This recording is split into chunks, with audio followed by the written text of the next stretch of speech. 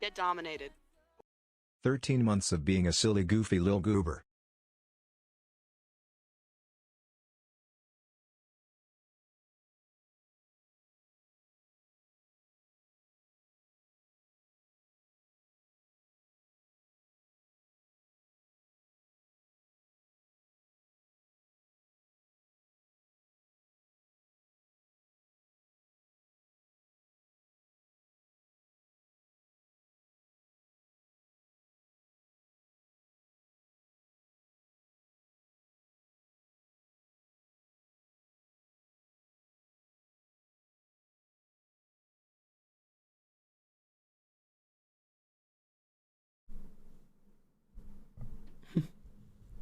AF chatters. Hi everybody. Hi ghosties.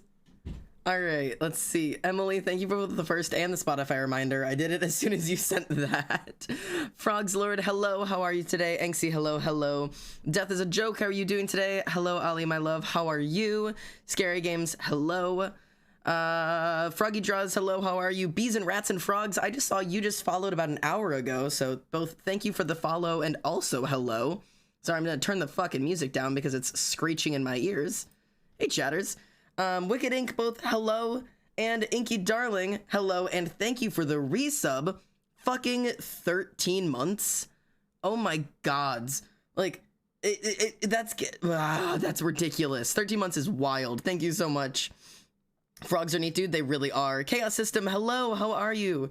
Frog Party, frogs are awesome. So true. Let the frogs stay. They're lovely. We love them. Hi, my love. Hi, lovely. How are you? How are you? Cryptic Kill Squitch. Can't fucking talk. I was gonna try to correct myself and then I gave up. Hello, how are you? You came up on my TikTok and I cried, so I thought that was worth a follow. That's how many of the bees find their way here. Hello, Cyber Sketches. You do be existent today. Hello. Glad you're existing. I'm very proud of you for being here and alive. We're having a second Starbucks drink within the hour. I have only had one Starbucks drink today. Hello everybody, my name is Almost Sander and welcome home. How are we? How are we, chatters? Good to see you. Don't mind that you can see my iPad here. You can't see it. Pretend you can't. There we go. My new camera has like a wider lens than I'm used to, so like you can see. I love your hair. Hi. Yeah, it's up today a little bit. Thank you. I'm glad you like it. I'm in love with your earrings. Oh yeah, I have the blades on today. Xanaman, hello. You're so pretty. I'll cry. Stop. What's with the compliments this morning? I say at fucking, what is it, 7 p.m. I'm not good, but stream always makes me feel better. Hey, I'm sorry you're not doing well, but I'm glad that you can be here and, you know, decompress, have some time off. My favorite earrings that I do not own. Dude, go get yourself a pair. These are on Amazon. Go snag yourself a pair. Like, dead ass. Go do it. You look so cool. Aw, you guys are so sweet today. What the fuck? I'm literally just like, I'm just chilling in my fucking, my fucking techno shirt, like half pajamas, dead ass. Like, this is just, I just do be accessorizing. Amazon, dead ass, they're on Amazon. Wicked, I'll send you the link, dead ass. I can send you the specific link to them. So pretty. Not prettier than you, though. I aspire to be, you're pretty. You're so pretty. Anyways, sorry, I'm getting distracted. I don't have coffee today because I just downed an entire venti Starbucks, and if I had any more, I think I'd shit my pants. So instead, I'm having one of the naked green machines because they're so good. Everything about your room has made you my favorite person. I'm so glad. We share so many of the same vibes, do we? Do we? There's so many vibes up on my, there's vibes on my wall. There's flowers. There's vibes on my, I carry vibes with me everywhere I go. Literally gonna re-pierce my ears just for those earrings. Deadass. I will send you the link. I have the link saved from like on my Amazon. It saves like your past orders. So I'll just go find that and I'll send it to you as soon as I'm done with stream. Text me on Discord if I forget though. Deadass.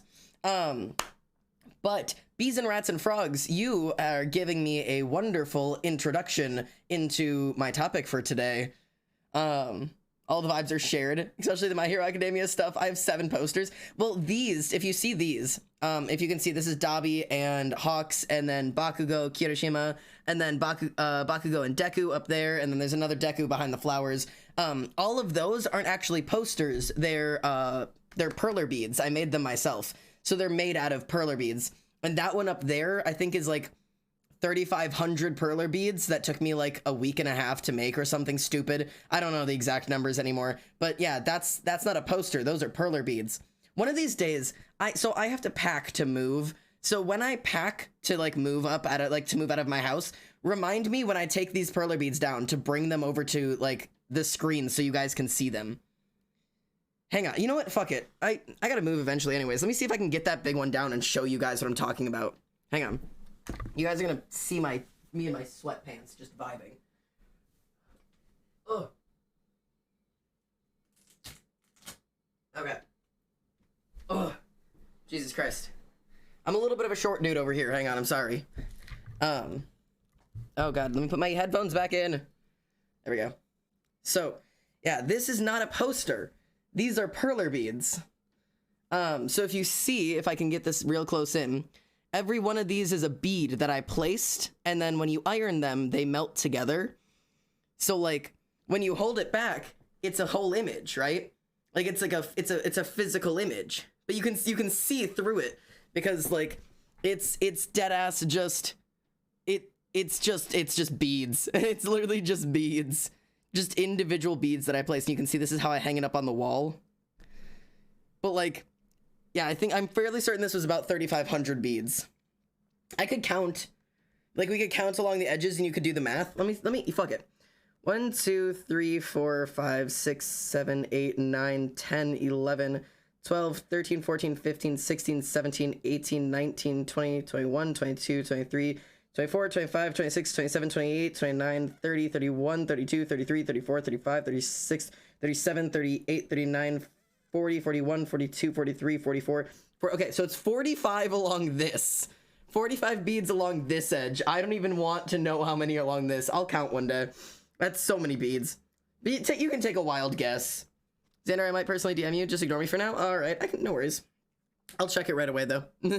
I have OC feelings. Oh, I want to talk about OC feelings, please. I do. But yeah, anyways, so this is what I keep talking about. These are perler beads. It's not a poster. So all those other ones you see up there, the Bakugo, the Kirishima, the Deku right there, and then the Kirishima and the Hawks, or Kirishima Dabi, those are also all perler beads. Those are all just, none of those are posters. I just make those. I made those when I was bored. Awkward Turtle for good. Hello, thank you so much for the first time chat. Welcome in. And it's Keith, a real artist here. It looks so amazing. Thank you very much. I like to also pretend I'm a real artist. So maybe I'll start calling myself that as well. I feel like my crown is precariously balanced today because it's like in the way of my thing. My time zones suck. I'm so sorry. Ooh, hello, welcome in. But it's really late here. I mean, it's about 7 for me, so yeah, I can imagine there's some time zones where it's pretty late in the either in the night or early mornings for some of my people. I think it's early morning for... Oh yeah, okay, it's nearly 1 a.m. for you, yeah. Well, that is what it is. I apologize. I do streams at different times of the day sometimes. So if you guys need to run into me during different times, I'm gonna start doing like just wild random times for my people in the wrong time zones. I'm gonna do a stream at like 11 a.m. My friend sent me one of your TikToks and I got curious. Well, hello, welcome in. My name is Xander and I do art and I play Minecraft and I play games with my friends and we just, for the most part, just vibe, admittedly. But I'm using your guys' discussions about my posters on my walls to lead into my conversations about my current plans. I fucking love this song. So all of these posters on my wall have one thing in common, my friends, and it's that I have never ordered a poster online, right? I don't order posters online, but all of these were acquired at anime conventions, right? You go to an anime convention, you find art that you like, you purchase it, and you bring it home and you cover all of your walls in it. There's ones behind the camera that you can't see. That wall's also covered in them. There's ones above my bed that you can't see, right? So I've decided that I'm going to apply for next year's Artist Alley at my local, my favorite convention, and attempt to sell art at an anime convention. So that's my little new project that I'm working on, is now gathering prints and designs that I would like to sell, which means doing a bunch of new art. Because admittedly, all of the things that I currently would like to sell as prints are all Dream SMP themed. And while that's good, and I have a lot that I could sell for Dream SMP, I need to have more of a variety than just fucking Dream SMP. There is a much bigger variety of people out there. So I'm working on one of them. Yes, there is merch, exclamation point merch, go hang out with that. There is like, you know, a bunch of different types of art I want to do. Like, I want to do prints, like posters like this, but I also want to do like pins, like I have up on my board over there, and charms, like I have on my bracelet or on my backpack, and like, there's a bunch of things I want to try doing, so I need to do designs for all of them.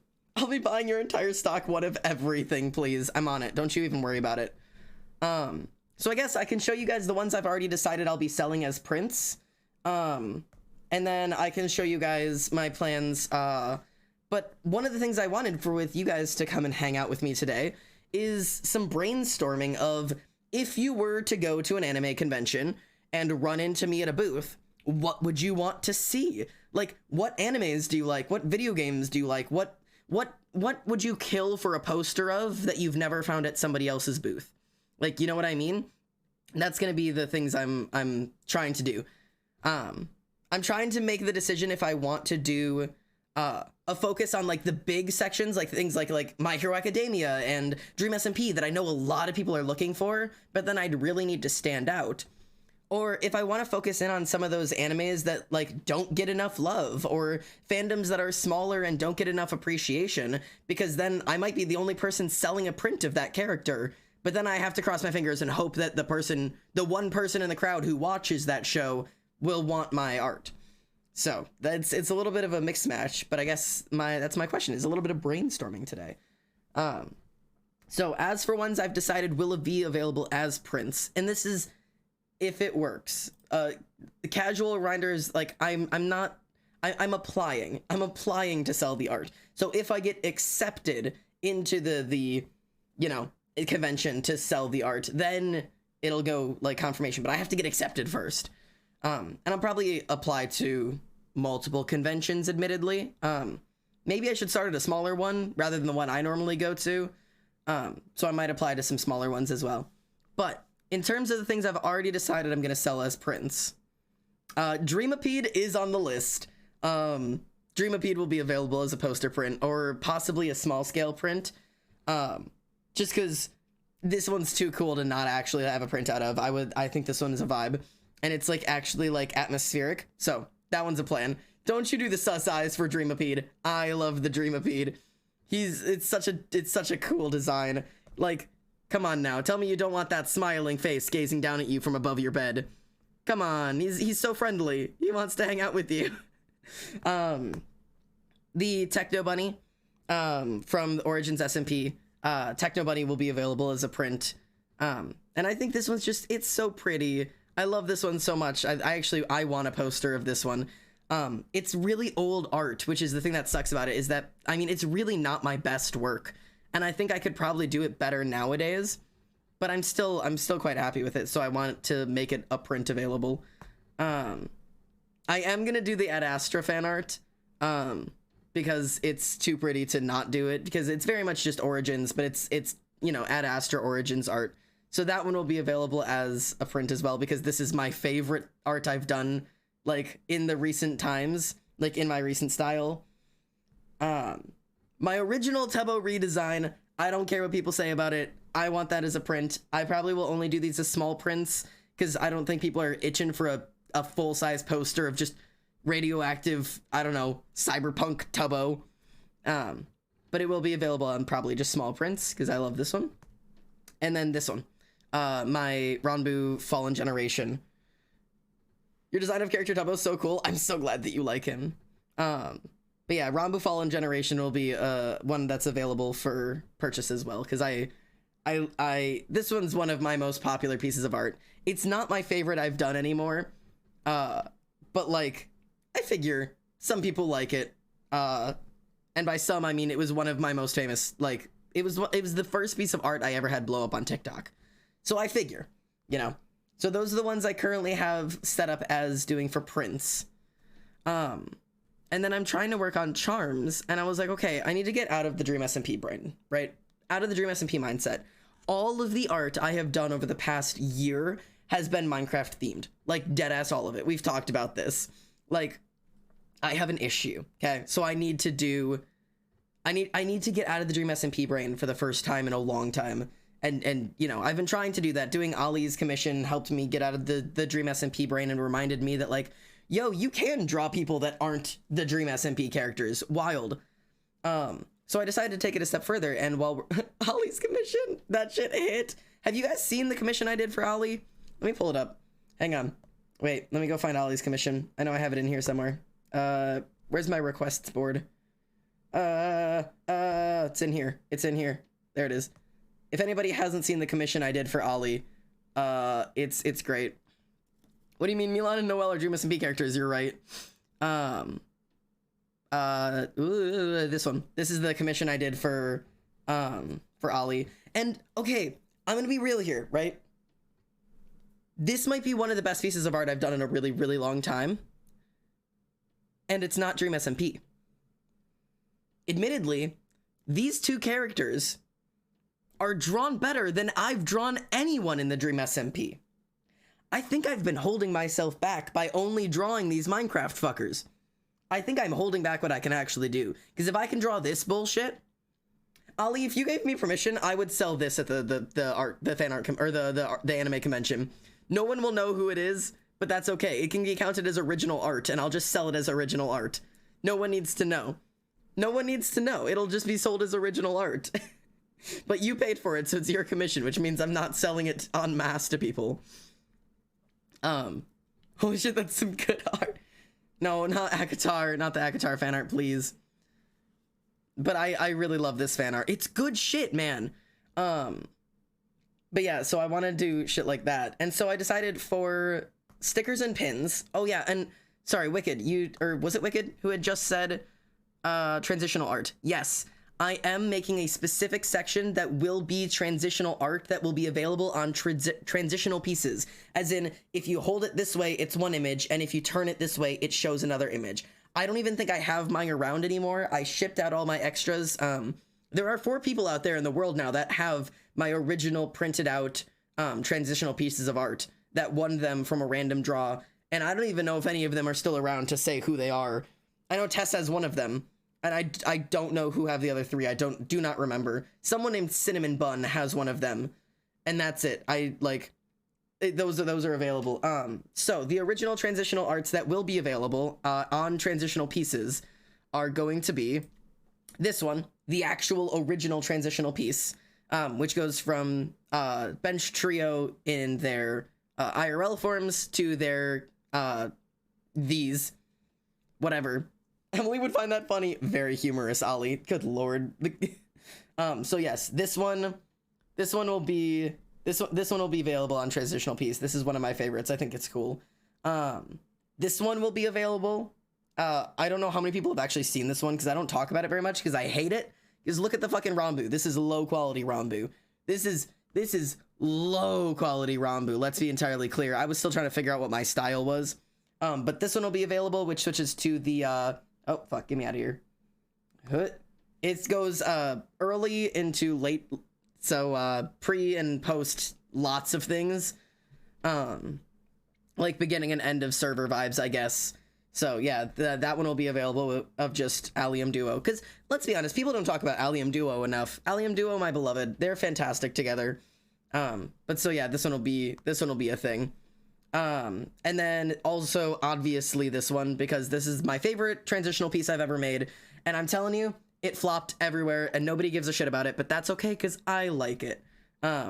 So beginning and end of the server for Clingy Duo as well. So I'll be having the Clingy Duo available. This is my favorite transitional piece I've ever done, and I'll cry about it a whole bunch. And I really hope other people like it as well so that they can see it, because it just matters so deeply to me. These boys, these two, these matter so much to me. Clingy Duo, my beloved. They are my favorite duo, other than B Duo. But, like, it's painful to talk about B Duo. I'll take all 3, but I may need to sell my soul to purchase them. Don't ask questions. You know what? That's valid. But again, all 3 of my transitional pieces, it's fucking Dream SMP art, okay? I can do better. I can do better. Thank you for the sobbing. And And so I've decided to challenge myself to, I'm doing several challenges here. I have decided to challenge myself to stop doing fucking Dream SMP art for a little bit and explore other pieces of art that we can do. I want to know, what other fandoms do you like? We talk about Dream SMP a lot here. What other animes, what other shows, what other video games do you like? What kind of art do you want to see? And then also doing more transitional pieces, even though those take a lot of time. I'm going to try and do some new ones. And then also doing things that can work on circle buttons and then enamel pins and charms. And so I've started designing a charm. Anybody in here like God of War except for me? Because you all know I like God of War, and I don't think we have a single other fan of God of War in this entire channel, and that's okay. But I have decided I'm gonna do one of those, and I'm gonna do the Blades of Chaos as charms, because the Blades of Chaos are these blades that Kratos uses, that has these like chains that like wrap up his arms. And so I thought, if I make a charm of one of the Blades of Chaos, I can put a chain on the end of it, so it looks like it's like dangling from the chain. So like it would be a little like Blade of Chaos. It'd be like a little 2-inch blade with a chain hanging from the end of it. That'd be such a cool idea. Hey, Froglord and Arya both like God of War. That's a win for me. That's enough people for me. So this is the charm I've been working on. This has taken me how many hours? Hang on. Canvas information, statistics. It's been 4.5 hours at this point. This has been 4.5 hours of working on this goddamn blade. I've never drawn a weapon before. Yo, the fucking detail. Dude, this is what's blowing my mind, right? First, I need to talk about this for a second, because the artist bullshittery that is my fucking head is so bullshit. Because all I draw are fucking skinny white boys, and all I draw is fucking Dream SMP bullshit. And so I force myself into this concept of looking at all this other Dream SMP art and being like, oh, I'm not a good artist. I can't do any of that because I don't do anything except for skinny white motherfuckers. And so I was like, why not try drawing an object for the first time? This shit is free-handed.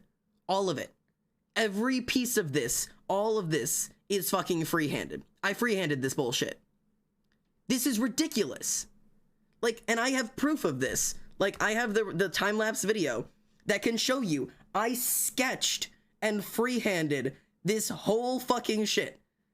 The fact that I can do that, it makes me angry that I haven't been doing this.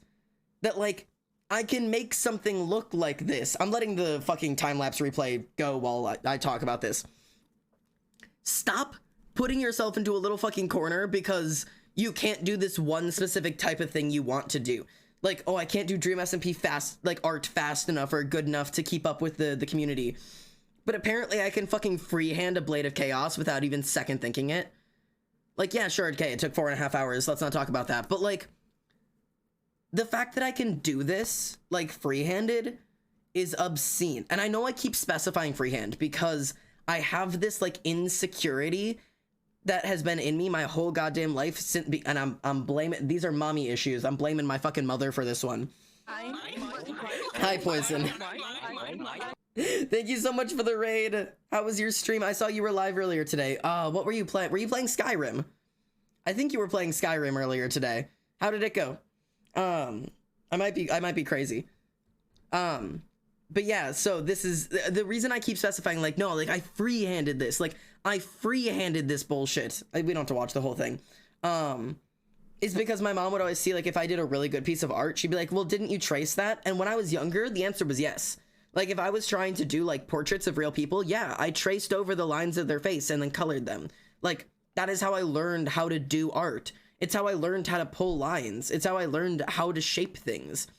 Like, but I have so much shame about it now that when I do something I'm proud of, the first thing I say is, I free-handed this. Like, look, I did this and I didn't have to trace. As if tracing is a fucking bad thing, which it's not.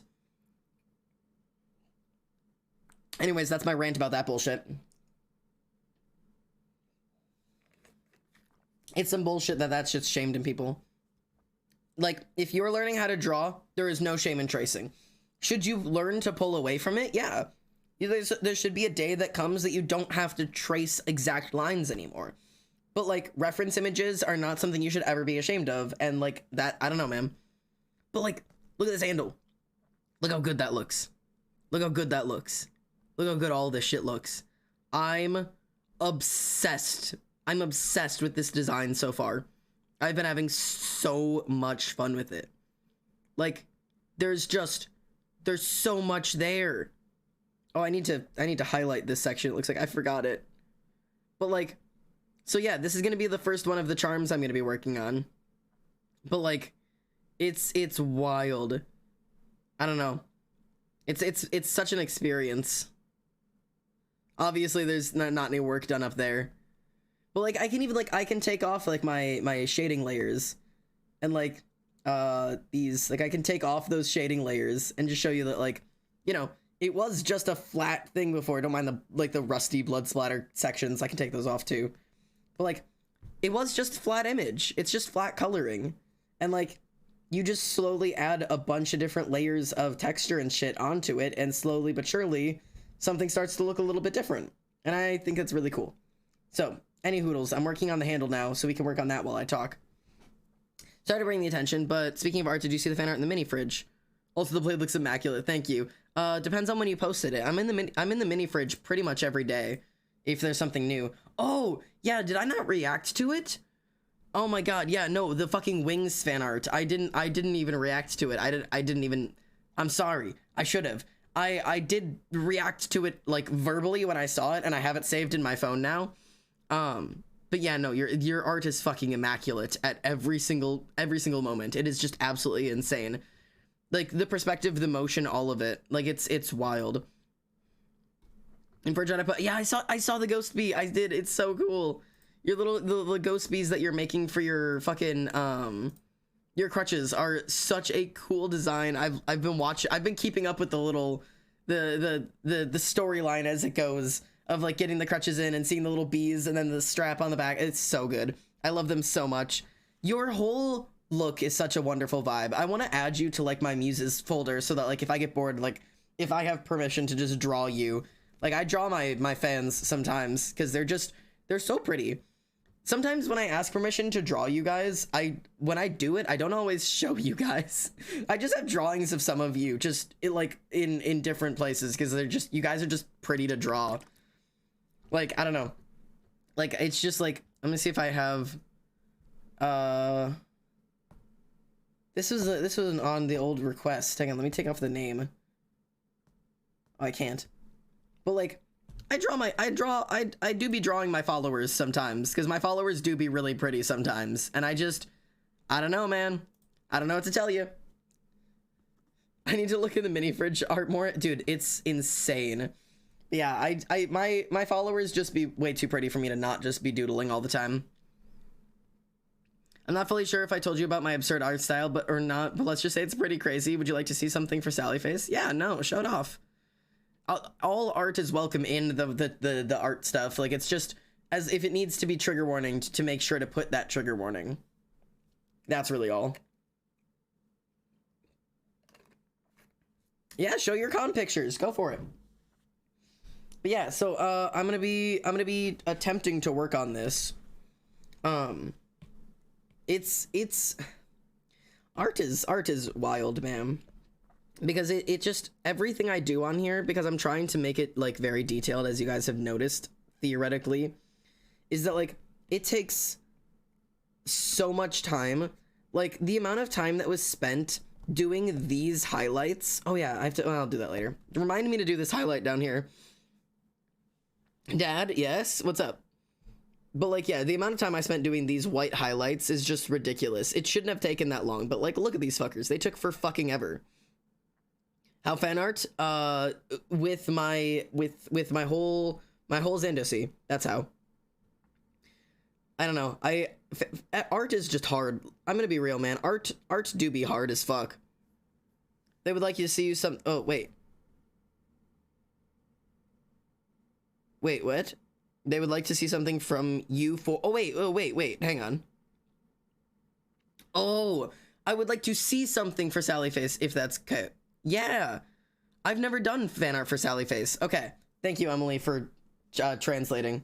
I'm gonna add this. I'm starting to make a list of stuff. So, Sally Face. God of War fan art, that is on the list heavily. Oh, it's very much on the list, yeah.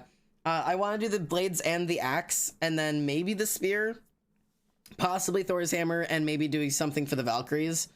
So I'm trying to make some lists of, like, types of art that I want to work on. Oh god, what brush was I just using? I think it was, yeah, this one, okay. I gotta be careful not to lose the fucking brushes I use. Hadn't you asked me at some point if you could draw me? Did you ever do that, or was that just, can I draw you if I ever feel like it at some point? I add you to a folder of people, and if I have time or I get bored, I go into that muses folder, and that person gets drawn. Like, and I don't know if it ever actually gets shown or not. I've drawn a couple people, but I also have a bunch of people in my muses folder that I've just never ended up drawing, just because I haven't ever gotten around to it. I just saw the art a bit ago and was wondering if it was God of War. Oh, yeah, this one. Yeah, this is God of War fan art. This, yeah, I'm doing the Blades of Chaos because God of War, it's my beloved. It's my favorite video game of all time, and I realized I've never, ever done art for it. So I wanted to do art for it because I thought it'd be fun. That's really it. That's the whole reason, and because I want to try and sell it. So my question still remains. Sally face would be something I could look into, because there's a lot of, from what I know at least, there's a lot of interest around Sally face. I'm gonna be honest, I know nothing about it. I've never played Sally face. I've heard people talk about it, but I have, like, legitimately no idea what it is. Like, I know it's a game. I think it's a game, right? But, like, I don't really know anything about it, so I'd have to do some, like, looking into it to see, like, what kind of art I would do for it. My partner really likes it, yeah. Oh, dude, Atla's a fantastic idea. That is a fantastic idea. This is getting written in my current pen, it's fine. Atla's actually a really good idea. I would body some art. Better Call Saul! Ollie, what Better Call Saul art would you like me to do? Like, if you were to have me do some Better Call Saul fan art, what would be the request, you know? Like, the idea. The photos I got at the con I went to were pictures taken with a furry friend I met another con months ago. Cool. I've watched multiple playthroughs of it. I'm deep in the fandom, and I'm still not really sure what it is. Arcane! Arcane is another really good idea, actually. Arcane. That is a really good idea. I didn't even think of that. I would love to do some Silco fan art. I gotta do some fan art for the Silco fans out there. I would like to do Jinx fan art, but I feel like I couldn't do it well, because, like, everybody does Jinx fan art, and, like, everybody's got that one covered so well already. Oh, the Owl House would sell, that's true. That's another one that I don't know anything about. Oh. Owl House. Like, I don't know anything about that. Blue Exorcist. Do people still give a shit about that? Do people still care about Blue Exorcist? Some of my earliest fan art was all fucking Blue Exorcist. Like, I have so many Blue Exorcist drawings in my old sketchbooks because it was one of my favorite animes of all time. Yes, oh my god, people still care. People still care. I will absolutely do fucking Blue Exorcist fan art so hard. I would body that shit. I miss Blue Exorcist so much. It was such a good show. Yes, people like Blue Exorcist still. Oh my god, I'm so glad that's not dead. That one's going right to the top of the list. I'm in the middle of a rewatch. Let's go. Okay, the ones I'm most excited for now are Blue Exorcist, Arcane, and Avatar. Avatar The Last Airbender. Those would be so baller. That would be so much fun to do. Those would be so much fun. Oh my god. See, and part of me is trying to keep a focus here a little bit on two things. One is, what do people want, right? What things are people interested in? And second is, what do I like? Because I'm not doing this for other people. I am, but I'm also doing this for me. I want to, like, explore new styles and try new things and draw things I enjoy. And that means if I don't want to draw it, I'm not going to fucking do it. Like, do you know what I mean? Like, I want to find that balance between, like, pleasing an audience and pleasing myself. Because I'm an artist and I'm supposed to enjoy what I do. You know what I mean? Like, if I'm not fucking enjoying it, why the fuck am I doing it, you know? What about Stanley Parable? Oh my god. What would I do for a Stanley Parable art? Would I draw Stanley? I could draw, I guess I could try drawing Stanley. I've never even considered that before. Do people do, like, Stanley Parable? Is there, like, a Stanley Parable fandom? Like, are people into that? I didn't even consider that, like, a possible, like, a fandom to cater to. I never even considered that one. Narrator? What is the bucket? You know what? You're so right. Oh my god, I could do a bucket charm. Ever find that when drawing fan art, you tweak your style to match the original more? I do, yeah. Draw the void personified. Oh my god. Just a basic office man holding a bucket. All right. It's on the list. Let's do it. Oh god, I need a color. Stanley Parable. Okay. Stanley Parable is on the list. I'm in. I'm sold. That could be a really fun idea. I didn't know it was like a fandom people were actually like really in. Like, not to like, you know, no hate on the Stanley Parable. Like, it's a great game. I just didn't know it had a fandom. Oh. Really small brush. There we go. There we go. That's better. Blending stuff makes me want to die. Are my bees and rats? There you go. What are we doing? We're trying to list fandoms and animes and video games and stuff that you would be interested in buying fan art of. Fuck, I want to draw Stanley Parable fan art now. Do it! Sandersides, anyone, or is it just me? I don't know anything about Sandersides, admittedly. I don't know anything about it. I don't know if I could really do justice. I know that one's got a big following. I don't know. I don't know. That's another one that, like, kind of like Owl House that, like, I don't know anything about, or like Sally Face that, like, I feel, okay, this is a weird thought, right? But I feel almost like a poser if I'm doing like fan art simply because I know it'll sell if it's something that I don't know anything about, because then I feel like I'm like intruding into a fandom space that I don't belong in. Like, no, I don't consume this media and I don't know anything about it, but I'll make art of it because I know you'll like it, kind of thing. Makes me feel so bad. I'm like, wait, no, I'm not pretending to be one of you, I promise. Like, I wanted to give you art. I want to give art to those without art. I need to serve the underserved community of fan arts. You know what I mean? Chainsaw Man fan art, that's another one that a lot of people are really into right now, and I don't know anything about.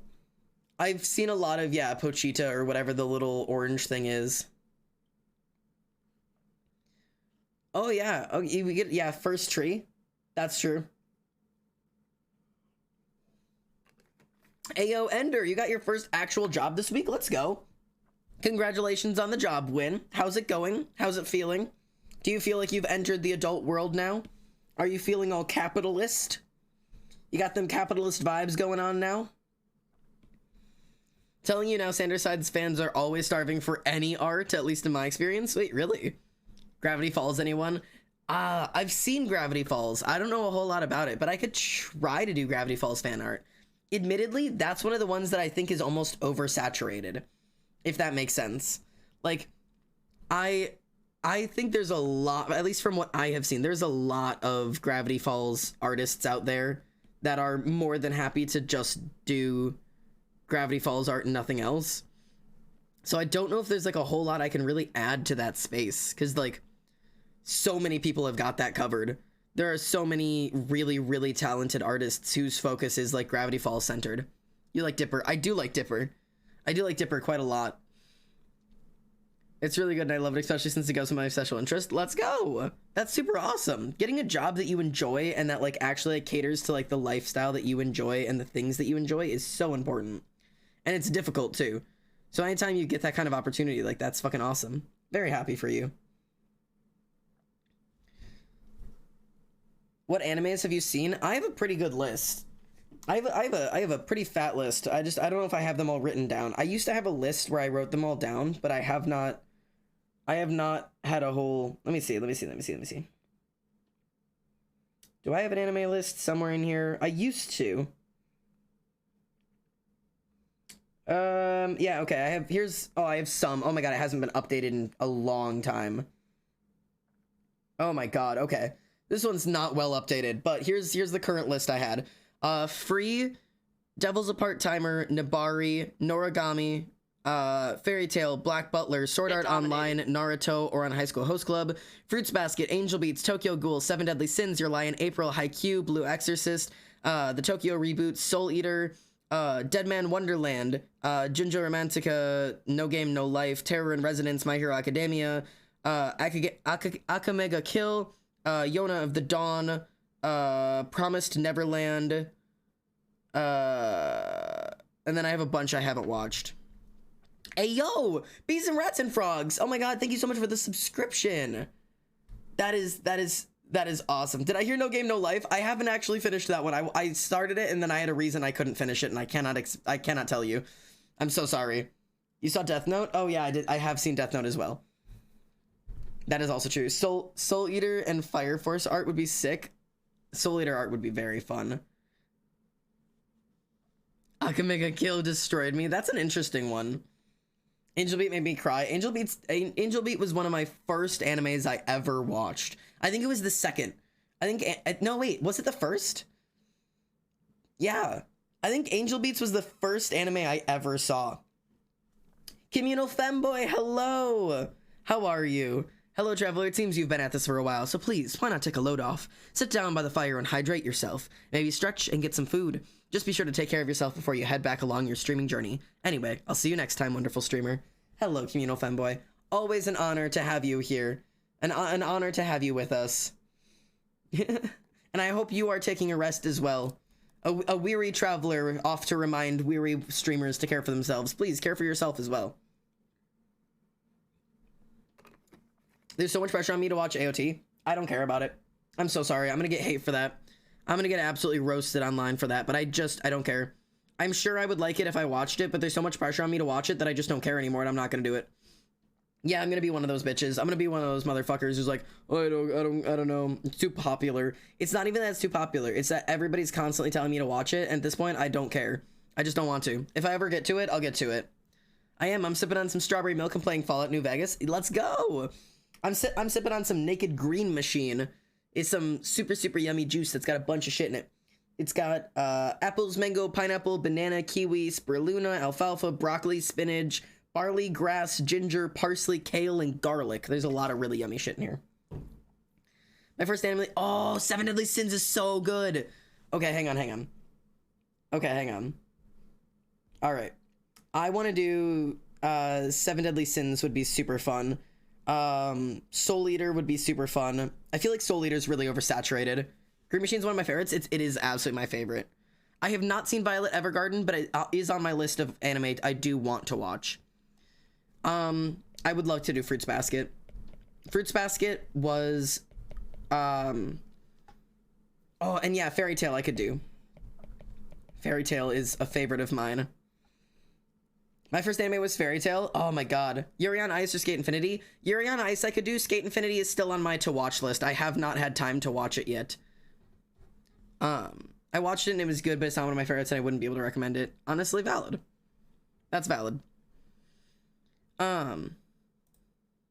But yeah, okay. Fairy Tail is a huge favorite of mine. I've seen every episode. It's one of my favorite animes I watched. I've actually seen every episode twice, admittedly, despite the fact that it's like, what, 300 episodes long? But it was, Fruits Basket that I wanted to talk about for a second, because Fruits Basket was my second ever anime. Angel Beats was my first, and then it was Fruits Basket. And that's the one that took over my life. Fruits Basket is the one that made me go, oh, I'm gonna be an anime person now, aren't I? Kyo was my second fan art I did of anime ever. My first was Zuko from Avatar: The Last Airbender, obviously. And after Zuko, it was Kyo, and I started drawing Kyo. That was like my first introduction to really doing fan art. And I drew him all the time. He's one of my favorite characters that's ever existed. Fruits Basket to this day is one of my favorite animes. There's so much to it, and it's exactly the type of like super stereotypical basic anime that I just absolutely adore because of what it is and because of like just the simplicity of it. It's so lovely. I think the 2019 remake was fantastic. It was so cool to see it like brought back to life. I do have, I don't know if you can see, oh, you can't, hang on, let me go, like, chat, go away. Chat, go away. If you can see this shelf on this shelf right there, that one has the entire manga, of Fruits Basket, beginning to end. I have the entire thing, and I've never opened the last book. Never opened it, because I didn't want to. I really liked where the second to last book left off, and so I never opened the last book. And I don't even want to know what happens either. I don't care. It made me happy the way the other one ended, so I just stopped looking. And I haven't finished the 2019 remake because who I was watching it with stopped. I also want... Yeah, wait, okay. Oran would be fun. Oran High School host... Dominated. Oh, God. Host Club. Hello! P.O.! Thank you for the sub! Hello! Thank you for the resub. Oh my god, 3 months. Jesus, hello. Thank you so much. Have you read Solo Leveling? I have not. I do have to be a bit nosy, but have you ever watched Kotaro Lives Alone? I have not seen that either. I'm gonna start getting like a suggestions board going. I'm gonna have to start getting like a suggestions board. Y'all got some ideas out here. I'm interested. Kotaro Lives Alone is so... That's a fantastic way. Sorry I'm late, I was asleep. No worry, mate. I hope your sleep was super good. I hope you had a good little rest over there. I think I need to go down in saturation. Like, I need, like... I might need to change what brush I'm using too, but I really like the softness of this brush. I don't know. It's like my saturation is too high. Okay. Let me switch up. I don't know if I like... I guess I could do that one. I don't know. I'm a little bit picky when it comes to my brushes. But, like... I want this to feel, like, soft. Like, this is supposed to be, like, leather, so it's supposed to be, like, a little bit soft and textured. But, like, I don't want it to be, like, too soft that, like, you can't see, like, the details in it. But I don't want it to be, like, too heavy either. See, like, I don't... is that too harsh now? Like, are those shadows too harsh? It's too dark. Gods. I think I need to smooth this out a little bit. I don't know. I feel like some of these are too dark. I hate shadows. I hate adding shadows to shit that's this little. The thing is also, this is gonna be being sold as like a 2-inch charm. So like, I don't need to be putting this level of detail into it, but you know, like when you sell art, right? Especially if you're like selling art in person or at a convention, like there's gotta be something about you that draws people to your booth. There's gotta be a reason they come to see your art specifically.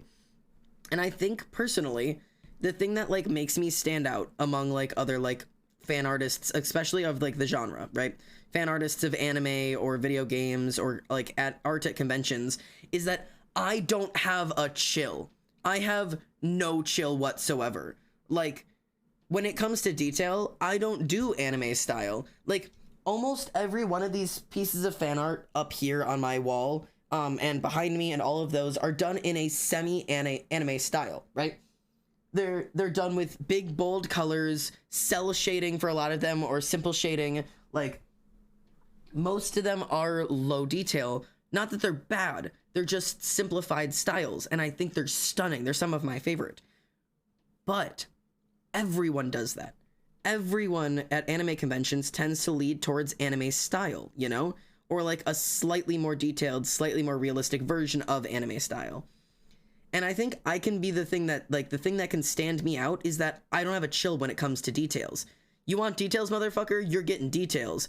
Every single corner, every little highlight is gonna be, like, excessively detailed and textured and, like, over the top. And that can be the thing that, like, sets me apart, I think. You know? An anime I'm still regretting to this day is Redo. I've watched it fully and I still regret it. That's valid.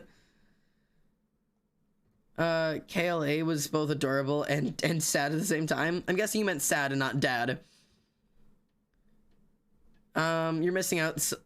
The things that man could do. Sungwoo, no. My gay ass can't. Oh god. One of my favorite animes got 2 movies recently, one that continues the story and the other is a side story. I love when they do that for animes. I know a lot of people don't like the side story movies, but I think they're fun. What do you guys think about doing fucking Haikyuu fan art? Do people still give a shit about Haikyuu? Do people still like the homoerotic volleyball? Are we still into that? Because if so, I would be down to do some fucking Haikyuu fan art as well. Oh, the manga had a side manga. Dope. Please, Scar. I've never fully watched it. You want to know something funny? Neither have I. I never finished it.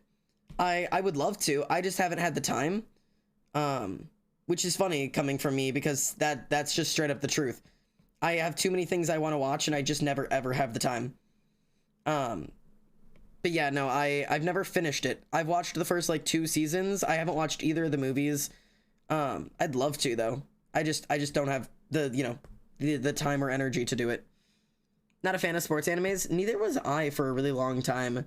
Free was the first like quote unquote sports anime I ever watched, and I realized that I really fucking liked them because like I was like, I don't like sports. Like there's no reason I would like a sports anime.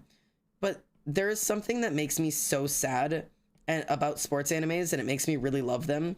And it's that I never got to do that.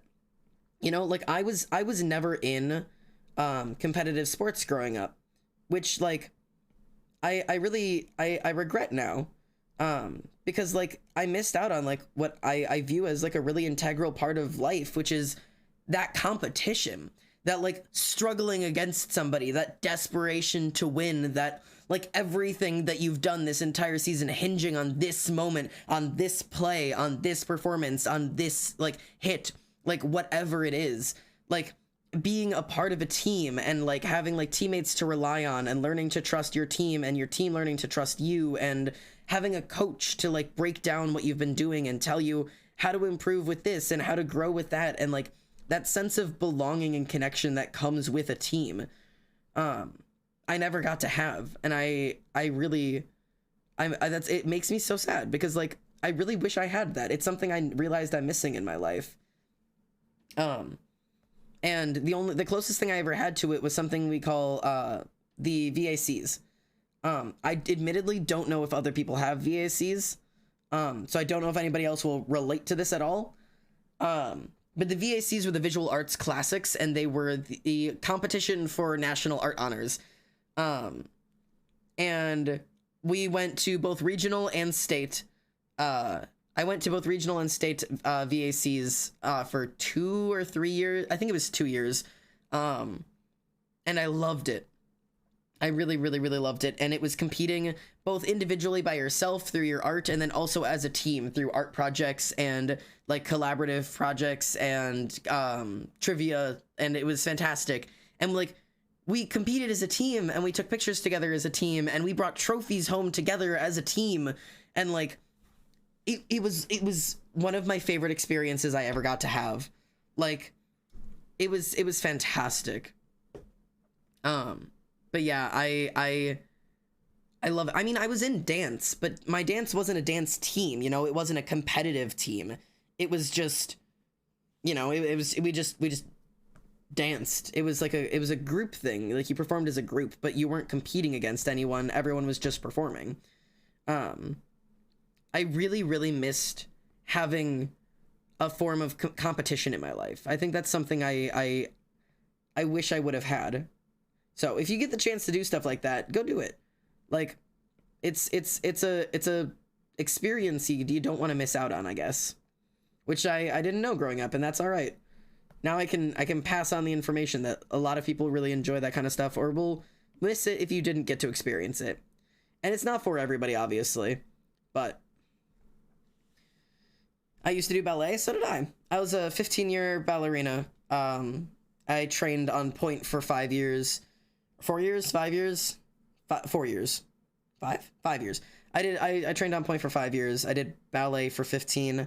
I did ballet and tap for 15 years, admittedly. And then I did jazz for 10 years, lyrical for 10 years, and I don't remember the rest of it. I did a lot of dance.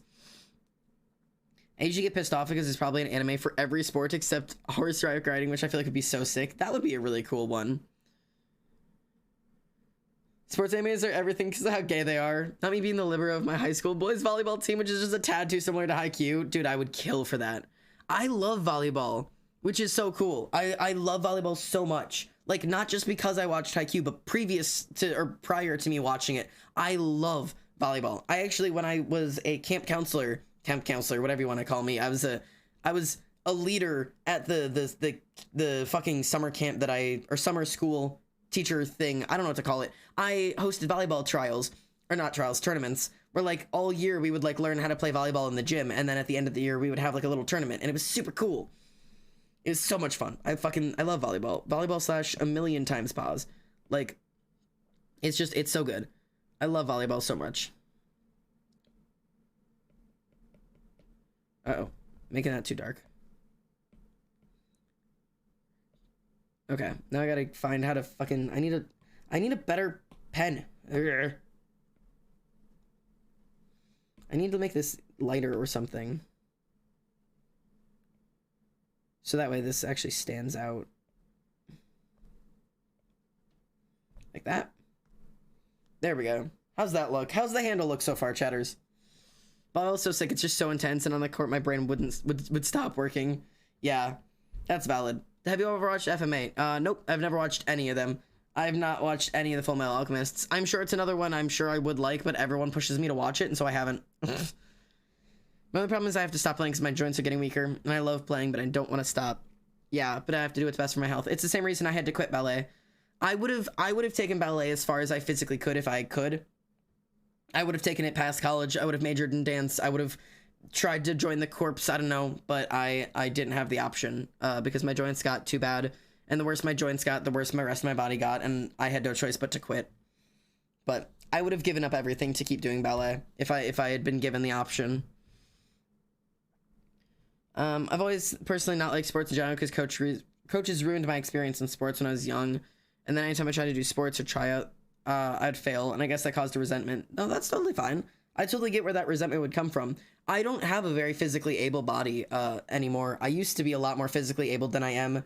I used to be a ballet dancer. I used to be a runner. I used to be incredibly like physically fit and active and capable of sports and dance and like crazy things with my body. I could push it to wild extremes. Like I used to run daily. And as I get worse and my body gets worse, there's nothing I can do. Is like my body stops being able to do what it used to be able to, and it kind of really sucks. Because like I knew this was a part of life that would happen. I didn't think it would be when I was 20. I didn't think I'd be 24 going like, yeah, my body doesn't work like it used to anymore. I'm 24. My body should not be giving out on me. This is bullshit.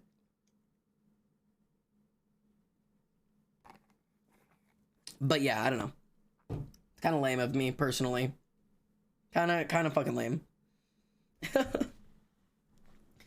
But I'm not very competitive, so I end up messing up a lot. And some people aren't competitive at all. I'm a very competitive person. That is something I absolutely know about myself. I'm incredibly competitive. Unless it hits the point where I realize suddenly that I like don't even have a slight chance. And then I don't want to compete anymore. And I'm like, I fuck it. Like, this isn't a competition. Like, I'm one of those bitches. Our asthma's literally killing our body. Dude, I felt that. Asthma's bullshit. Let's be real here. Asthma's some absolute fucking bullshit. How does this handle look? Sorry, I know I'm asking you guys, but like, when I've done the art, it's hard for me to judge. Like, does it still look too soft? Is it too shiny? I don't know what the fuck leather looks like. Does it look good when it's zoomed out? I can't fucking tell anymore. I hate staring at art for too long. It stops looking like art.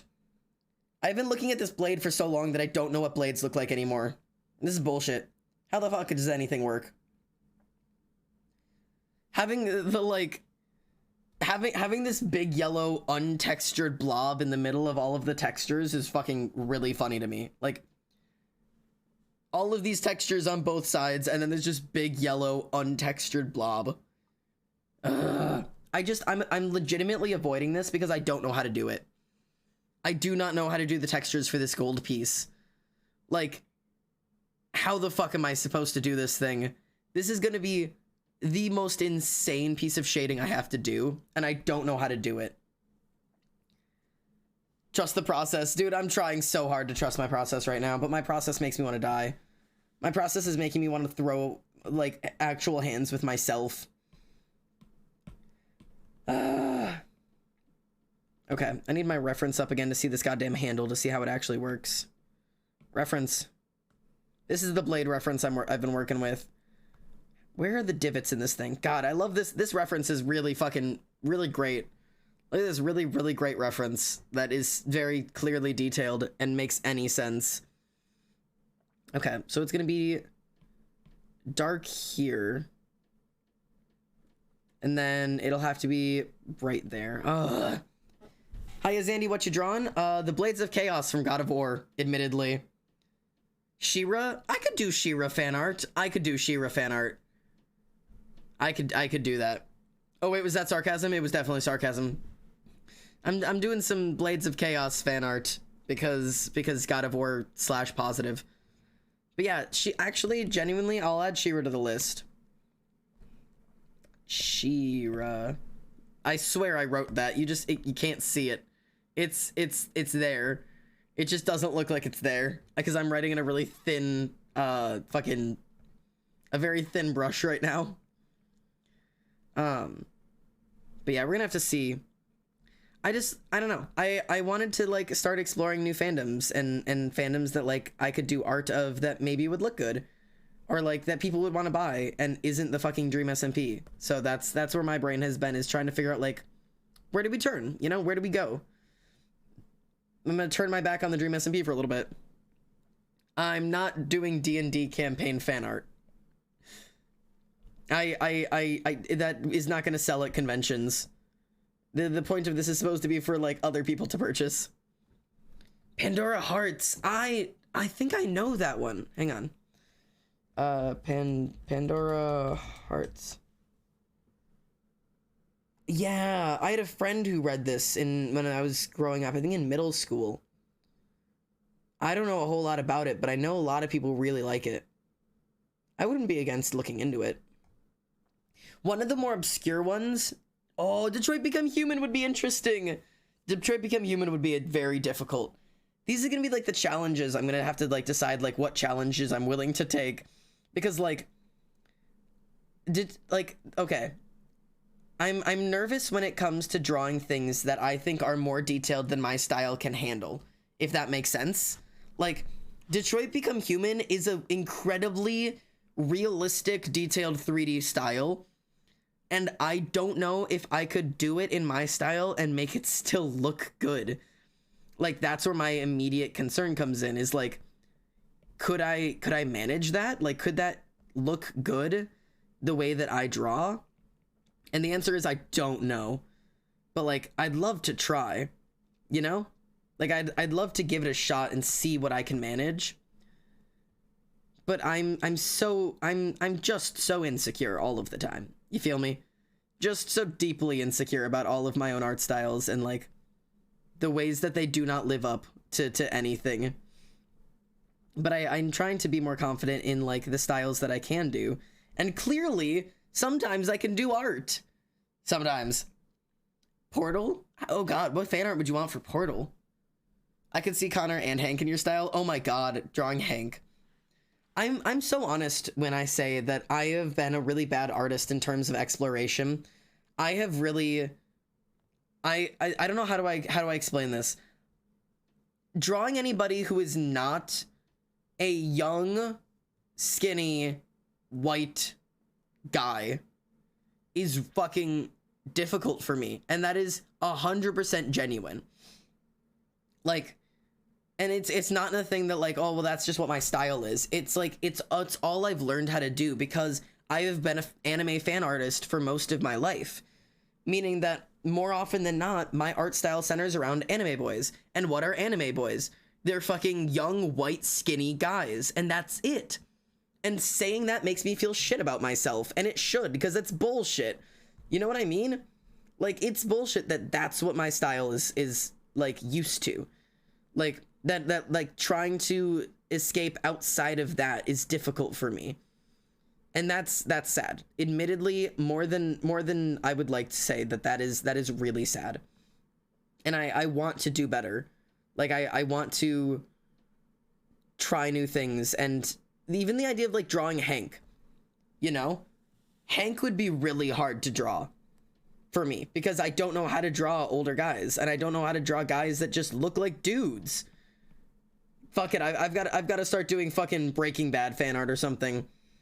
I've got to just learn how to draw dudes that are just dudes and nothing else. Like I just don't know how. You know? Like I need to learn. There's got to be some way to teach me. And the only way, I guess, is just doing it. And I know I can hear Emily in my ear like, well, the only way to learn is just do it, bud. I'm like, yeah, I know. And she'd say that too. She'd say bud. And Kanto fan art would probably be really popular. That's true. But could I do it well? Could I do it justice? I would love to try Encanto fan art. Encanto is one of those ones that, like, you know, I feel like a lot of people will probably cover, but I feel like I could probably do some. I could probably try it. Am I that annoying? Dang. No, it's not annoying. It's just true. It's just so true. Am I wrong? Is that not what you have said? You could draw basic shapes. I know that's what I've done. Yeah, I really need to learn. There's a lot I need to learn. I have a lot I need to get my shit together on. I don't know how to do this entire fucking piece because this is all supposed to be fucking darker over there. Oh god, how am I supposed to do this handle? This handle's gonna kill me. This is gonna be the thing that makes this whole piece fall apart. Oh god. Oh god. Let's put in some darker colors. Oh god, the lighting on this thing is just insane. Hello, Ash, hey, how are you? How's the vibe? I don't know how to draw humans in general. Cartoon styles, sure. Actually, a person, my mind blanks. You know what's funny, Aria? I am dead ass the exact opposite. I can draw a human, sure. That's like the only thing I've ever taught myself how to draw. You want me to draw it in a simplified style? You want a cartoon style of that? You want me to simplify it? Absolutely not. No way in hell. It's close to 2 a.m. and I have rehearsals for my gig, so I'm gonna head to bed. I'll try to catch you next stream. No worries, mate. Thanks for being here. I'm actually leaving now. Go take a damn shower. You greasy bee. Go shower. You were just saying you were greasy. Go get ungreasy. I believe in you. You've got this. I've been there. I feel you. I have no idea what I'm doing over here. No idea at all what I'm doing. I don't know how to draw this. Oh god. This looks so bad already. What? Wait, fine.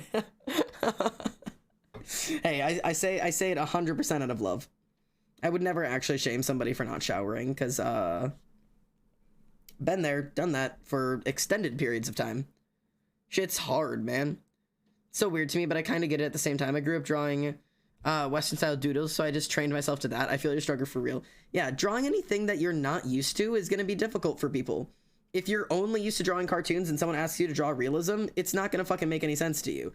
If you've only ever done realism and someone's like, hey, draw your character in a fucking cartoon style, it's not gonna just be like, oh yeah, no, I can totally do that. Like you have to like relearn stuff, you know? My balls are fat. My balls are fat. My balls are fat. Oh hell yeah. Despite his criminal mind, this man is behaving time. well.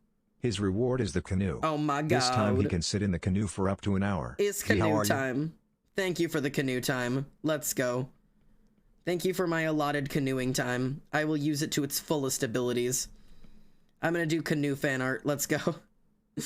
But yeah, the majority of the thoughts I've been having recently are just trying to figure out how the fuck to what I want to give to the community and also what the community would want. I don't mean this to be rude, and I don't know if it'll be taken that way. But if you're not going to make the fan arts out of the fear of it not being enough, when would you be proud enough to actually make it? Because you seem to be anxious about all of your art, so doesn't that mean you wouldn't be happy enough with it to be willing to sell it? Listen. Listen. I know.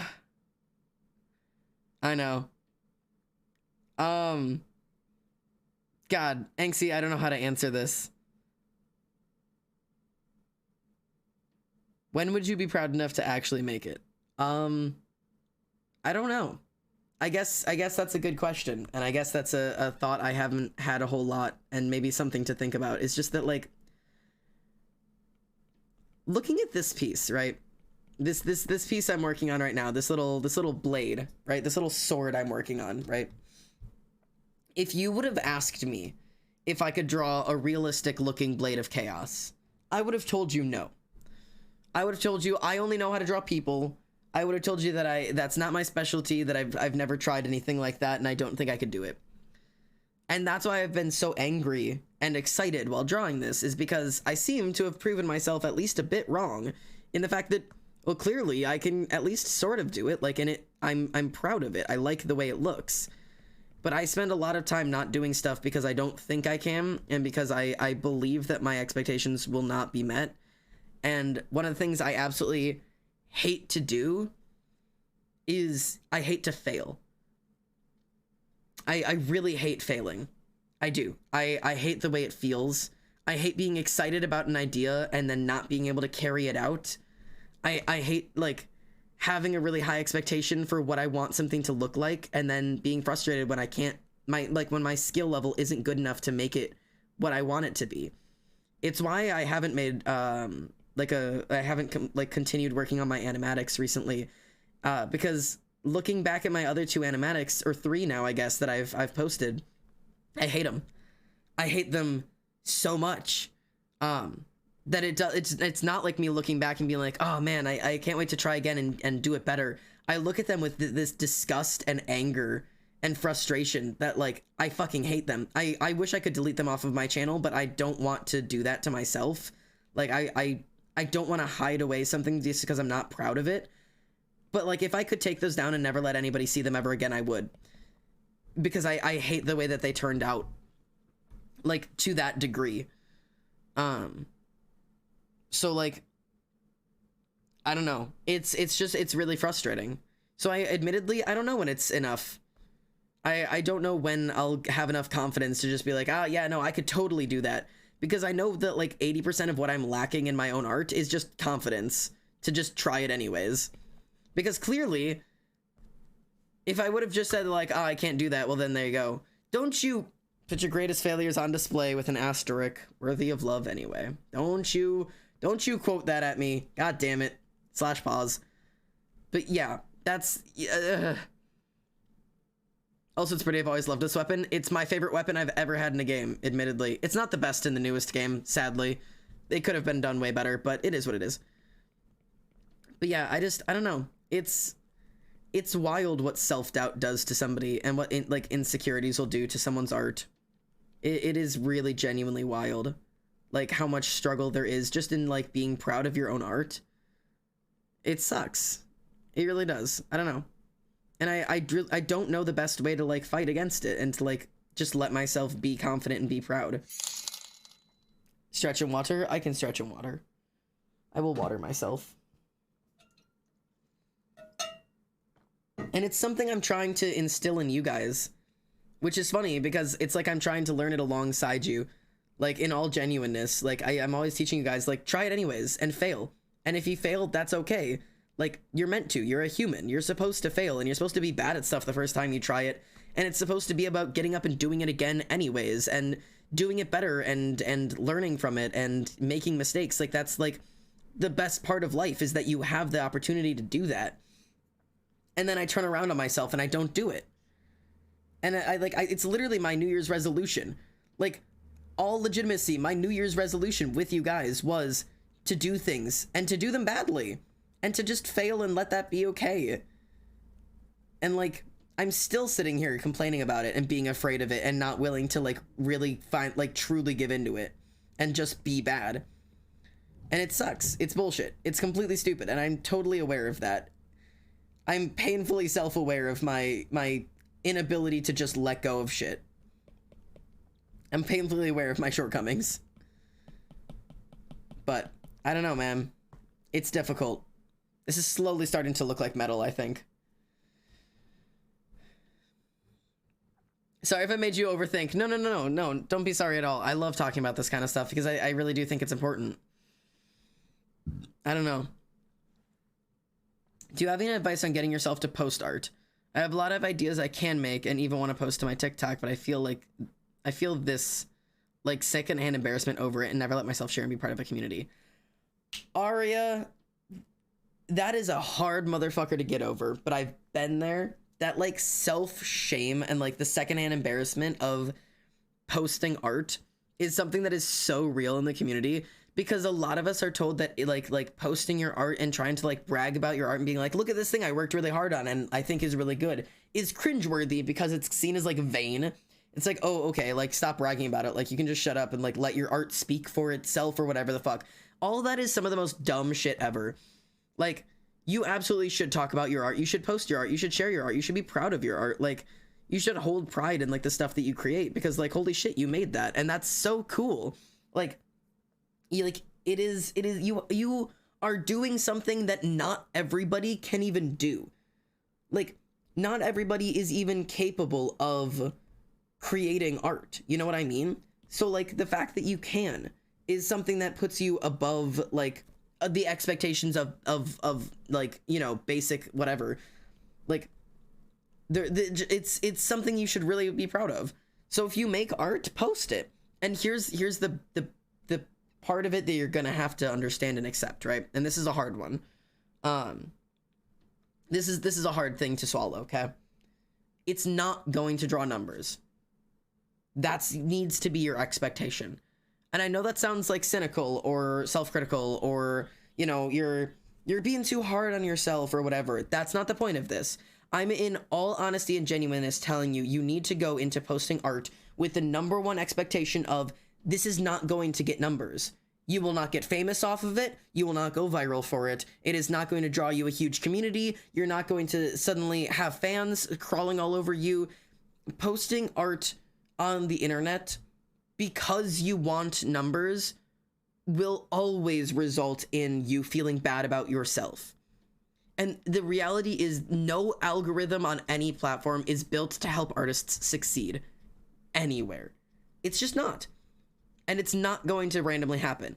And the thing is, if it does, awesome. Oh my God, expectations blown out of the water, 1 in a million chance, like, go for it, follow it, right? But CJ the X made a whole video talking about the art sins, right? And one of those art sins is putting the horse before the carriage, specifically speaking, in making good art, right? There's a bunch of reasons why people make good art, and the question ends up being, you know, why are you making it? Why are you making the art? If you're making good art because you have something beautiful you want to create, and you have something that you want to share with the world, and you have like these inspirational ideas, and you have like something that you think the world would be more beautiful with the art that you can contribute, then that needs to be your focus. Your focus needs to be making good art first, and anything after that comes secondary, right? Which is what I believe. And I know maybe that sounds cocky to say, but I'm saying it with my full chest. I believe I have good things to make.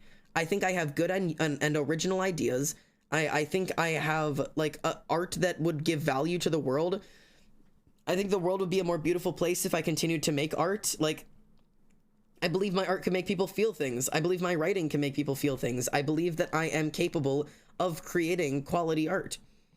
And so that needs to be my focus first and foremost, always, is making art that I believe is good. If your goal is, I want to make art because I want to be known for art, or I want to be an artist, or I want to make money off of my art, or I want to grow a community around my art, or I want to benefit some way from the production of art, that's different. That's a different goal.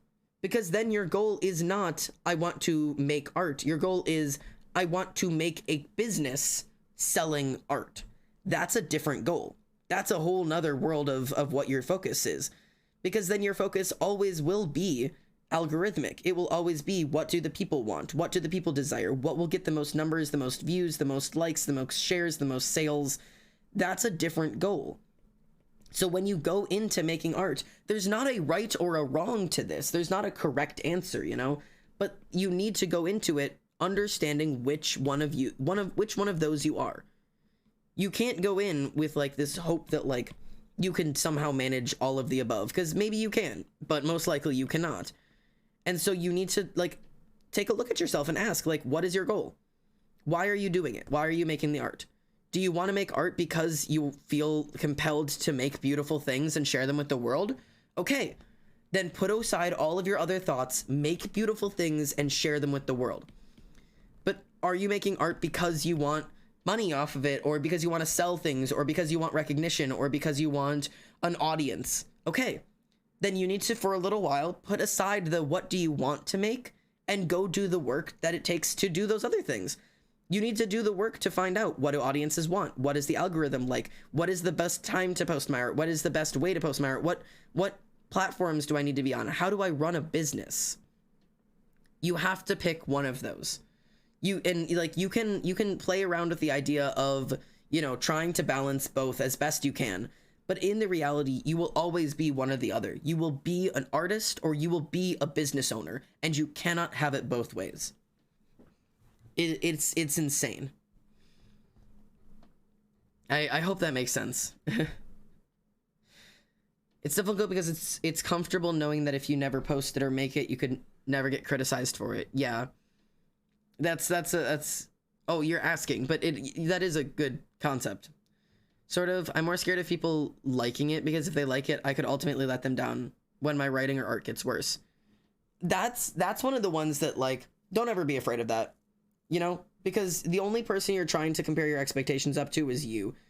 Because I know it sounds wild, right? And okay.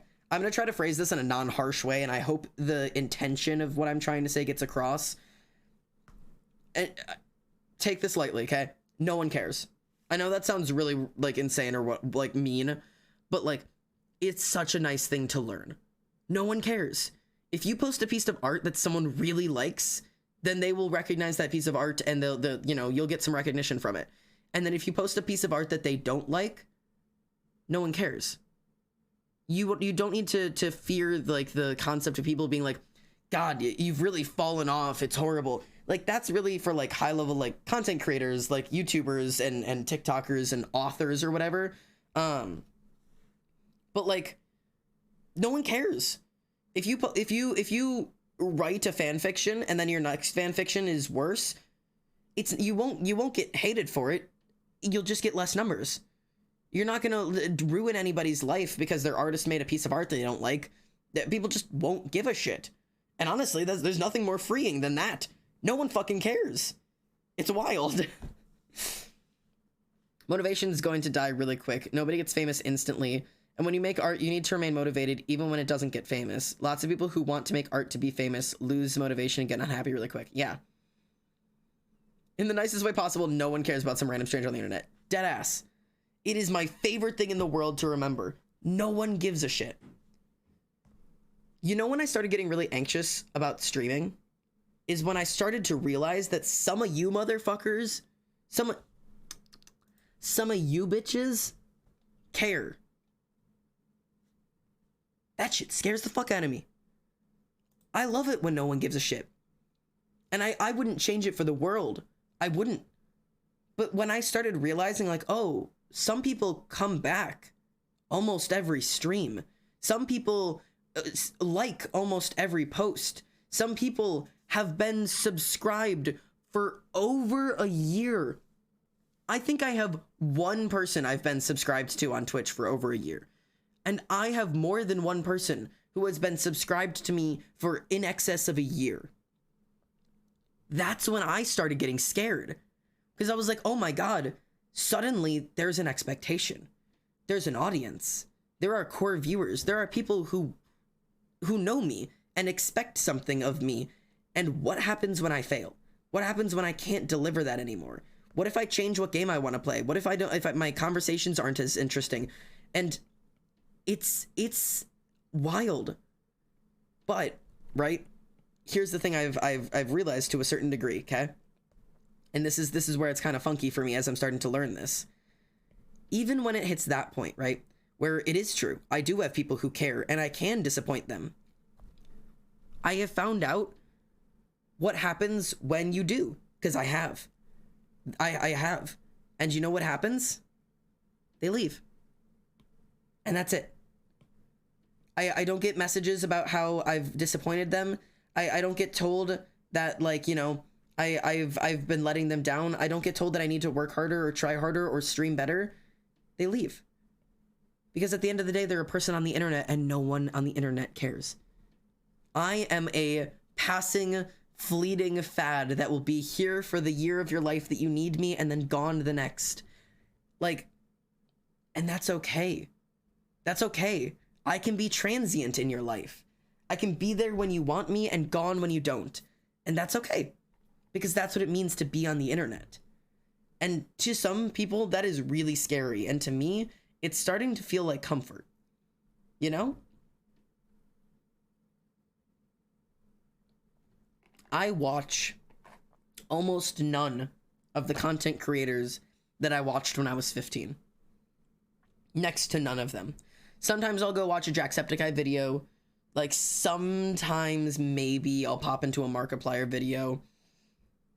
But I watch almost none of the creators who meant the world to me when I was growing up. The people who I had written on papers that they saved my life, that their YouTube videos and their you know, their content is what got me through high school, and it truly did. But even then, even the people who changed my life, I don't watch anymore. Hello. Who asked Corn? Well, oh, thank you for the follow. And Sir Gecko, thank you for the raid. Welcome in. Hello. Hello. I don't know why the follow came in before the raid. Thank you so much for the raid. Shout out to Sir Gecko. I'm sure one of my mods will throw that in chat for us in a second. Snazzy Ray, hello. Thanks for being a first-time chatter. How did stream go? What did you guys get up to today? My name is Xander. Hello, I'm doing art, for anybody who doesn't know me. But I'm doing some God of War fan art, I guess, is what I'm working on. I'm doing, like, handles and you know, shading and stuff right now. It was the opposite of calm. Oh, God. Admittedly, stream is pretty calm here today. Like, we're pretty chill at the moment. Because there's just a couple of us just hanging out and talking about bullshit that no one cares about. But I'm just vibing. I don't know. It's just it's a chill, quiet art stream today. That's coolio. Thanks, mate. Literally the only two content creators. Oh, hello, Ash. Thank you. Honestly, I don't think you're getting rid of most of us anytime soon, especially me, considering you're the only reason I still have Twitch. Aw, well, thank you, Ash. It really does mean a lot, because I know there are a lot of people who are really committed to this, and it's insane to me, and it means a lot to me. It really, really, really means a lot to me. The only two content creators I watched as a kid that I still watch are Mark and Jack. They changed my life in the most genuine way. It's so weird to think that they just don't matter to me as much anymore. I know. It's wild. It's wild to look back that I never ever missed a Mark video or a stream or anything, and then suddenly, like, I don't know. It just suddenly one day it wasn't. And I missed most videos instead of none. Like, I don't know, man. It's just such a wild feeling to know and see those changes in life. It's almost scary, like, to see really how much changes in a period of time, like what things just stop mattering. I don't know. It's kind of spooky, kind of wild. But, and like I said, there's like a part of me that fears that I am that, you know, that, like, to some people I will be a passing fad, and there's gonna come a time, I don't know, and oh my god, this used to be a post on Tumblr all the time. Wait, this used to be a post on Tumblr. Hang on. Oh my god, let me see if I can find this Tumblr post. Tumblr post. There will be there will be a day. Oh god, I don't know if I can find this. Oh my god, hang on. I'm looking for something. I know this is stupid, I'm in the middle of stream, but hang on.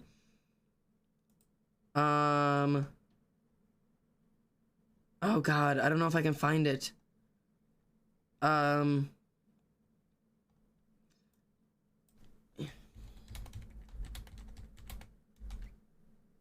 Uh, uh, God, where is it? God. Is this it? No, this isn't it. Oh my God, there's a Tumblr, there's like a super famous post, and I don't know. No, all this shit's about fucking Technoblade. God damn it, that's not what I wanted.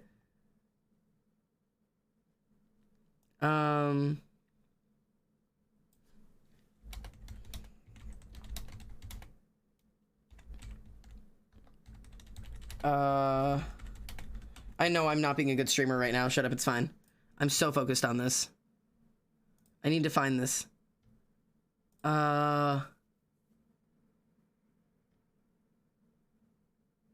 Nope. Nah, not what I wanted.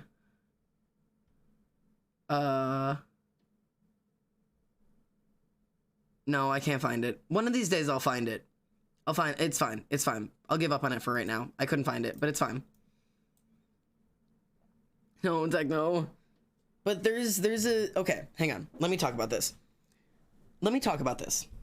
There is a post on Tumblr that talks about this concept, right? And it's a super famous post. It's been everywhere on Tumblr. And if someone can find it, send it to me. That says, like, there will come a day, like, when you watch a Markiplier video for the last time. And I think it was specifically Markiplier. That was like, you know, you will watch a Markiplier video for the last time, and you will tune into a final stream, and there will be a day when you see you'll stop looking at the notifications, and you'll move on with your life. And, you know, you'll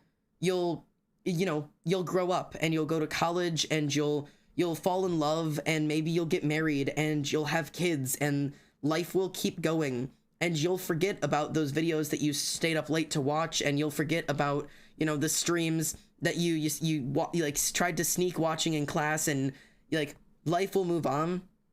And then there will be a day that, you know, your kid will ask you, like, who's Markiplier?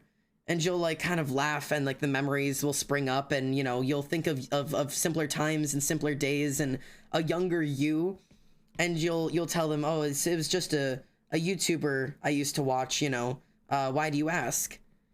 And your kid will hold up like a phone or some shit and say, like, I just read in the newspaper that he died. And like that part of your life will be over, and there won't be getting it back. And there's like that was that thought of like your favorite content creators will die someday kind of thing, which again is much harder to think about now that, you know, we have gone through the techno experience, and wow, that sucks a lot. It fucking is horrible, and it's really hard to deal with. But the concept that like you'll move on one day, and then like, you know, you'll live a life, and, you know, you won't need a Markiplier video to fall asleep, and you won't need to watch an old Jacksepticeye stream to like get through your days, and life will just move on. Yeah, hey grandma, Markiplier dead at 87. Can you, Basil, if you can find that Tumblr post, I will pay you. /J, I can't actually pay you, I'm broke, but like, I will be very thankful if you can find the fucking post. But that's also a TikTok trend right now of like, hey mom, fucking Taylor Swift dead at 23, like whatever, you know what I mean? But like, that's terrifying, you know? It's low-key kind of embarrassing. I'm still not over the death of a random YouTuber I never met. That means nothing. That means nothing. It does not matter if they are a random YouTuber you never met. Your brain cannot separate real and fake people. So, which is why we cry when we see a character die in a video or whatever, or like a die in a movie or a book that we really care about, because when you form an emotional attachment to something, it literally doesn't matter if it's someone you know personally or not. That form, the chemical bonds, the connections in your brain are literally identical. It literally doesn't matter if you know them or not. Like, there is no shame in mourning, like, Techno's death as strongly as you would if you were mourning one of your best friends. Because you don't get to decide how that bond forms. And that bond for you formed really intensely. And that's okay. It's gonna suck. It's gonna hurt. It's like, you know, there's a lot of pain that comes with it, but there's no shame in it. Not for an instant, man. Not for an instant. Don't have shame in your feelings. You're going through grief, and grief is hard. And yeah, sometimes it feels ridiculous, and sometimes it feels embarrassing, and sometimes it feels like stupid and senseless, but there's nothing you can do about it other than just allow yourself to feel it and don't shame yourself for the emotions that you're going through, you know? Isn't that kind of icky because of parasocial stuff and that? No, not literally at all. Your brain cannot change those things. When you form an emotional bond to someone or something, your brain literally cannot tell the difference. It doesn't matter. Parasocial, people have taken the word parasocial to mean a lot of bullshit nowadays, and it's literally not what it means. Parasocial does not mean having an emotional attachment or like a close bond to someone that you do not know personally. Parasocial is thinking that you have a relationship or connection to someone who you do not. Parasocial would be like, I think me and Technoblade are friends. We are best friends. That's parasociality. That's like developing relationships, like, and like it's literally a form of like psychotic thinking. Like that's what causes stalkers and shit. People who think that celebrities know them and are actually in love with them and are in a relationship with them. That's parasociality. Having a bond with somebody so closely online that you've never met and has never spoken to you, that you mourn them when they die, is not parasocial, nor is it weird. It is entirely normal. Like, it is completely and absolutely normal. But if your brain can't tell the difference, sorry, I'm confused. Okay, sorry, there's a difference between your brain not being able to tell the difference and you being delusional about it. There's a slight difference there. Your brain is not you, like you're conscious, right? This is an unconscious thing. Your brain doesn't think about breathing until I tell you that you're now aware of your own breathing and now you have to do it on your own. Sorry, chat. But like, if you're not thinking about it, your brain breathes on its own, right? And when we form emotions and connections to people, our brain does that for us, you know? You don't have to think about liking somebody. You don't have to think about caring about somebody. You just do. It's an unconscious thing. Parasociality is a physical choice of thinking, like it's a delusion. It's thinking that you are genuinely friends with this person. Caring about somebody like Technoblade isn't you being like, we know each other and we're best friends. You're aware I'm a viewer and you're a content creator. It's okay to have emotions and care and love for people that you don't know. That is legitimately fine. It's if you think that it's a two-way relationship, that you two are best friends, or that you like are owed something, or you deserve something, or you have some kind of connection that you don't, that's parasocial. That's weird. Like that, anything outside of that is literally just normal interactions. Like, you know what I mean? People have been doing this shit forever. People have been screaming and crying and passing out and obsessing over celebrities since your great-great-grandma mama. You know what I mean? Except back then they were people on the TV and like movie stars and shit. Slightly different, but same idea. I already can't breathe properly and now you're making me do it manually. I'm so sorry. I mean, admittedly, I did it to myself as well. So now we're all suffering, motherfuckers. Join in the fucking suffer. It's not an Ahigo hoodie, it's a work of art. I'm actually going to shadow these parts. I thought I was going to highlight them, but I'm actually going to put these in shadow. I need these to be darker. There we go. I'm trying to decide where exactly I want the shadows for this shit. Doing shadows for metal sucks. Sorry, I've got a habit of getting you to explain stuff like parasociality and such. Oh, don't you worry, Anxie. The script... Do you remember, dear Anxie of mine? Or an Exie? I forget which one is correct at this point. An Exie? Anxie? Anxie? Like Anxie, like anxious, right? Not an Exie. It's Anxie. Shut up. Anyways, if you remember, I had started a script back when you asked about parasociality on the subathon or something, like forever ago, right? You know, we've talked about that. That script is done. I have officially finished the script for the long form YouTube video on that topic, and now all I have to do is actually sit down and record me saying it all, and then obviously like I have to do like the editing for it and such, but it's actually like getting close to like I can actually work on it and like put it out now. By the way, it is a wow, with the one where we talked about character Tommy and Dream and Wilbur and such, yeah, and like the way that like explaining parasociality and like power dynamics through the Dream SMP characters. That's the video I'm talking about, is explaining them through the Dream SMP characters. It's actually happening. Yeah, the power imbalances. Yep. And it is a 12,000 word script. It is 12.5k words. It is not a short script. It's 12.5k words. It is going to be a long fucking video, boys.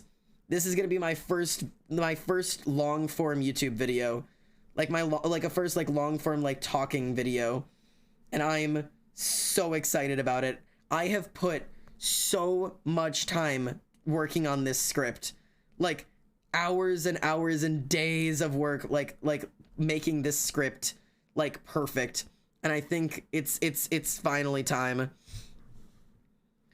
Yo, Jeepers, mate.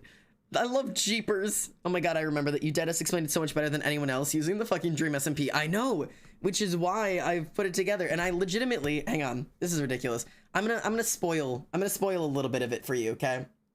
I'm not giving you much at all because this is a huge YouTube video, and you're gonna have to wait for the thing. But let me pull up the actual fucking script real quick. Where is the piece of it? Hang on. You're getting teeny tiny spoils. Specifically because you're here, Anxie, and here is the tiny part of the script that I will spoil for you, okay? It's part of the introduction. This is the introduction to the video, and only the people here will get to see this little spoiler, okay? On a subathon not too long ago, we were discussing online safety late at night, and a chatter of mine, that's you, asked, how do we know when someone has power over us and when they're abusing it? Wild questions for a stream, I know, but it was like 2 in the morning on a 3-day subathon, and things tend to get a bit deep. I tried to explain it in abstract concepts, those who are looked up to, those who have things to offer, but it wasn't coming across, so as a joke, they chatted. Still don't quite understand. Explain it using Dream SMP terms. Now, this was a joke. I have a long-standing hyperfixation on the Dream SMP, as do many of my chatters, but something clicked. I could do that. I could explain important and valuable knowledge through a medium that my young viewers would understand immediately. And lo and behold, as soon as I started using examples from the SMP's lore, something clicked for the viewer. That night, I began this script. That's how that video starts. That is how that starts. I'm very vibes. I cannot wait for this. But yeah, you're literally the explanation in the video, and I cannot wait to give you guys this video. I have put hours into this fucking thing. There's over 13k in the B movie, so not as long, sadly. Yes, I'm so sorry. It will not be B movie length. That subathon and conversation is such a comfort. Just you wait. I'm so excited for this video. I'm the reason the video was made. Don't even half joking. I literally dead ass. You were the idea for the video. Your conversation was what sparked the entire concept. It is a 9-part video. It's a 9-part video. This thing is going to be so long. I cannot wait. I'm so excited. Yeah, 9-part. Like, and it's all gonna be one video. I'm just breaking it into parts. Like, and so like, I'm not putting out like 9 small videos. I'm doing one giant 9-part video. Xander, please! I'm so serious! I'm so serious! This is ridiculous. Like, oh, I literally started this script the night that me and you talked about this on stream. And then it snowballed. It snowballed. I ended up doing I cite academic resources in this. It's gotten out of hand. It's gone too far. It's gone too far. I'm so excited. I cannot wait to record this. I'm just waiting for like a full day that I have time to just sit and record. I think I might do it this weekend if I have the time. I thought you were joking when you said you were making the video. I'm not joking. I'm legit not joking. I'm so excited. I think I'm gonna try to record it maybe this weekend, if not maybe the next. But oh my god, I'm so excited. It's going to take so fucking long, but I'm so ready. I'm not joking even a little bit. This is going to be one of the next things this is one of my big projects. I still don't like this handle. What do you guys think? There's still something quite not right about it, and I can't fucking put my tits on it. I don't like this handle. I'm not vibing with it. I'm not jiving with it at all. There's just something about it I'm just not happy with. Gee, good luck. It's a tad bit small. Is it? Is it? I mean, the handle is really small on the blade. Oh, maybe it is a little bit too small. Yeah, I made it a little too thin and dainty. There's not much I can do about this at this point. I feel like I'm in a little bit over my head in terms of actually adjusting it. I remember you saying you were making this into a video, and I thought it was a joke. It is not even a little bit of joke. I think my main issue is this hole. The hole in the center is too big. I've made the hole too big. But the reason I made the hole extra big is because I want to put a loop through it to make it into a charm. So, like, I wanted to have, like, a hole that I could put a chain through. It's a dainty princess handle, but not in a warrior way. No, it's fine. It's fine. I adjusted it a little bit so that I could fit a chain through it when I print it off as a 2-inch, like, charm. That hole is going to be really small, but I wanted to make sure I could get a chain, like, through the hole.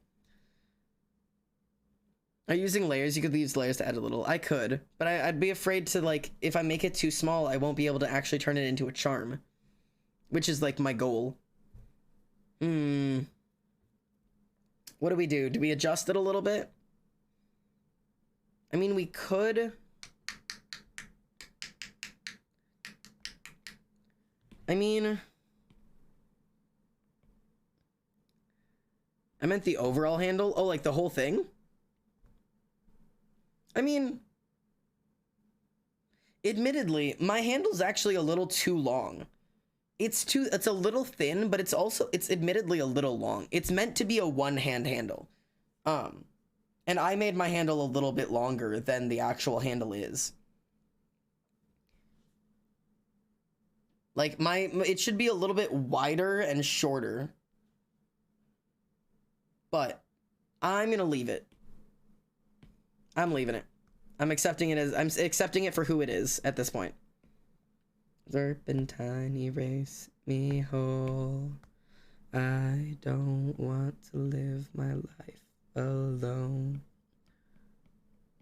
See, now my question is just gonna be, how do I make this look good? Oh, I'm on the wrong layer. Cause like, now it's just like, I kind of have the shading down, but like, now I've got to kind of make it look good.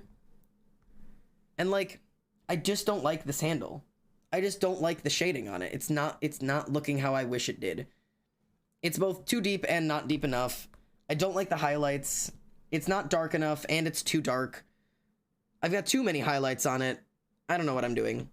I need a secondary fucking layer. I don't know what I'm doing right now. It's actually kind of funny for me because I was... Oh, where are we? I was exposed to the concept of death and literally have seen someone pass since such a young age that I was frustrated at the fact that technically who I never watched that much hurt me more than it ever did with my great aunt who passed for similar reasons. But seeing as I've lost someone so close to me that was a fan of his was kind of scary in a way. I guess my brain just took it as I lost them twice. I totally get that. I totally understand that. And admittedly, I've lost people in my family as well. And like I've lost grandmothers and aunts and uncles and, you know, like great grandmas and I've seen a lot of death in my life. And there was just something about Techno's passing that it hit me in a way I never expected it to. And it hurt in a way I had never felt before. And it's the only person I've grieved for a long period like this, which is what caught me so off guard, is that, like, I've grieved when people die before, you know, I've cried at a funeral, but I've never grieved past that. I've always been in the view of, you know, once the funeral is over, like, they've moved on and I move on and that's it, you know, we just move on with it. And I haven't been able to do that yet. And I don't know why. It comes and goes in waves, and some days I think I'm over it and I think I'm fine, and then I see a new picture, or I hear the new song, or something happens and I'm back in that same place and it's like a day hasn't passed. Like, I don't know. Also, I'm sorry, I shouldn't be talking about this so much on stream because, you know, people don't want to sit and listen to that. Like, whatever. I think this handle is just gonna have to do, man. I'm not happy with it, but it's... I don't know how to improve it. I legitimately don't know how to improve this. Let's get some of the rusty colors in there. Hello. Dad, I used a jigsaw in tech for the first time a few days ago and I didn't mess up or hurt myself. Hey, yo, let's go. Proud of you. That shit's very, very difficult to use, so good work on that one. I never actually cried at a funeral since my brain was like, oh, this would happen someday, I'll miss them, but I've sobbed so intensely for characters, yeah. And I've always had very much the same feelings of, like, I've never, like, death doesn't really bother me, you know? Like, it's never really been something that, like, it causes me problems, because it's just, you know, it's death, shit happens, like, you know, it's coming for all of us one day kind of thing, and I've just kind of, like, accepted it, and, like, you know, it doesn't bother me. And then sometimes I get proven wrong. And sometimes I learn some new things about myself. I really didn't think death bothered me. Like, I really thought it was something that I was like, ah, yeah, you know, I've accepted that that's something that comes for all of us. And I don't know, man. I don't know.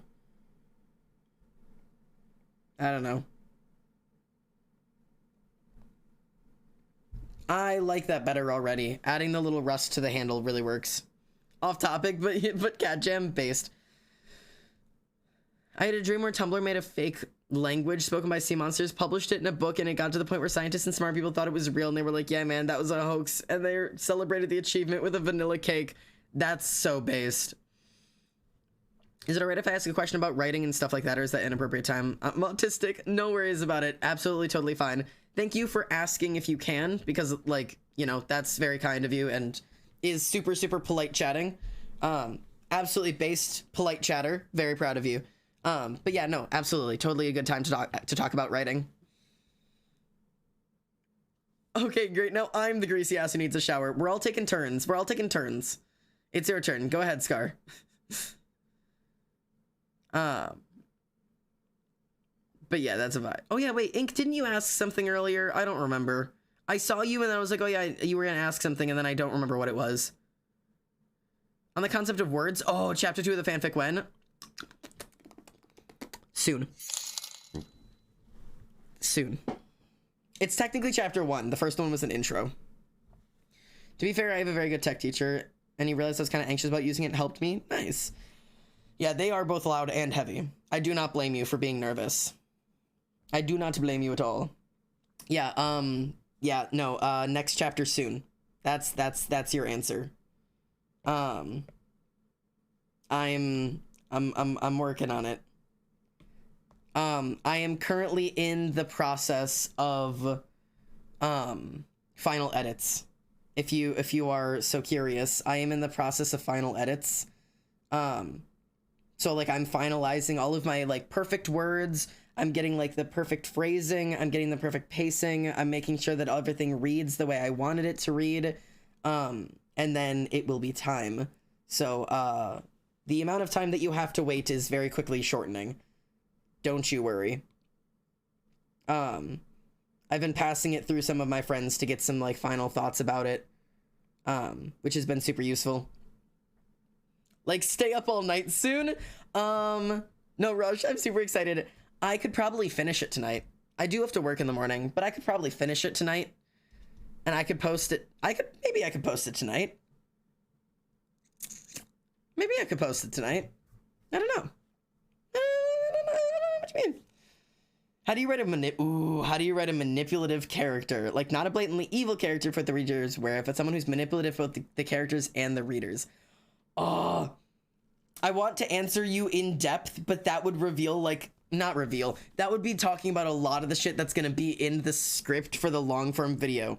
Okay, I'm gonna give you an easier answer rather than a crazy in-depth one, but I'm still gonna give you a good answer. And the thing is, right, and this is what you'll learn in the video, okay, that I'm gonna be posting. There is not one type of power. In truth, there are 7. There are 7 types of power, and my video goes over all of them in crazy amounts of depth, okay? Power doesn't always have to be obvious, and it comes in a lot of forms, and therefore, like, there is a lot of different ways to make a character come across as manipulative, right? But the best way to go about it, and I have found in terms of, like, wanting to make it be very subtle and, like, have, like, it really come across in, like, a, you know, slow, gentle manipulation like style tactic, right? Is the concept of manipulation often comes in the form of positive reinforcement and reward, right? And it's really hard to look at somebody, say, like what fucking what example can I use?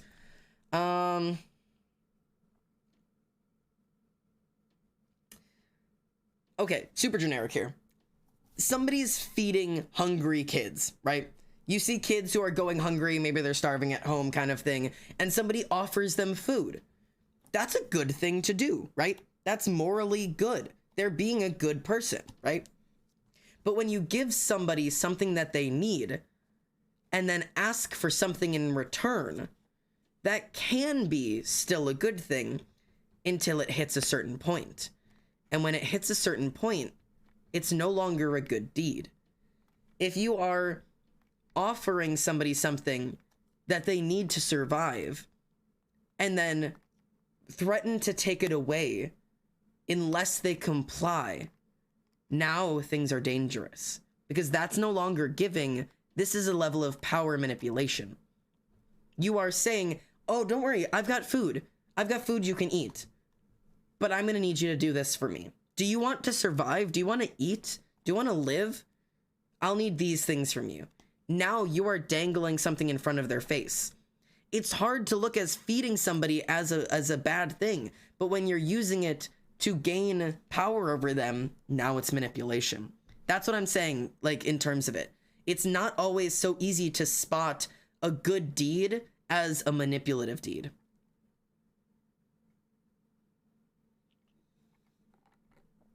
Right, making someone seem, because it's hard to look at somebody who's, like, giving someone comfort or offering someone a second chance or holding out the hand saying, I'll give you what you need, just come with me. It's hard to see that as bad until you hear those needs. Of course, I'll always keep you safe as long as you listen to me. Of course, you never have to worry as long as you do what I say. Now, those are dangerous words. Now, suddenly, are those good deeds? Is this a good person, or is there something darker going on there? Anxie, you're gonna love this fucking video, man. It's gonna answer so many questions for you. I have so much to say. It is wild what is out there. I have so much. I'm so excited.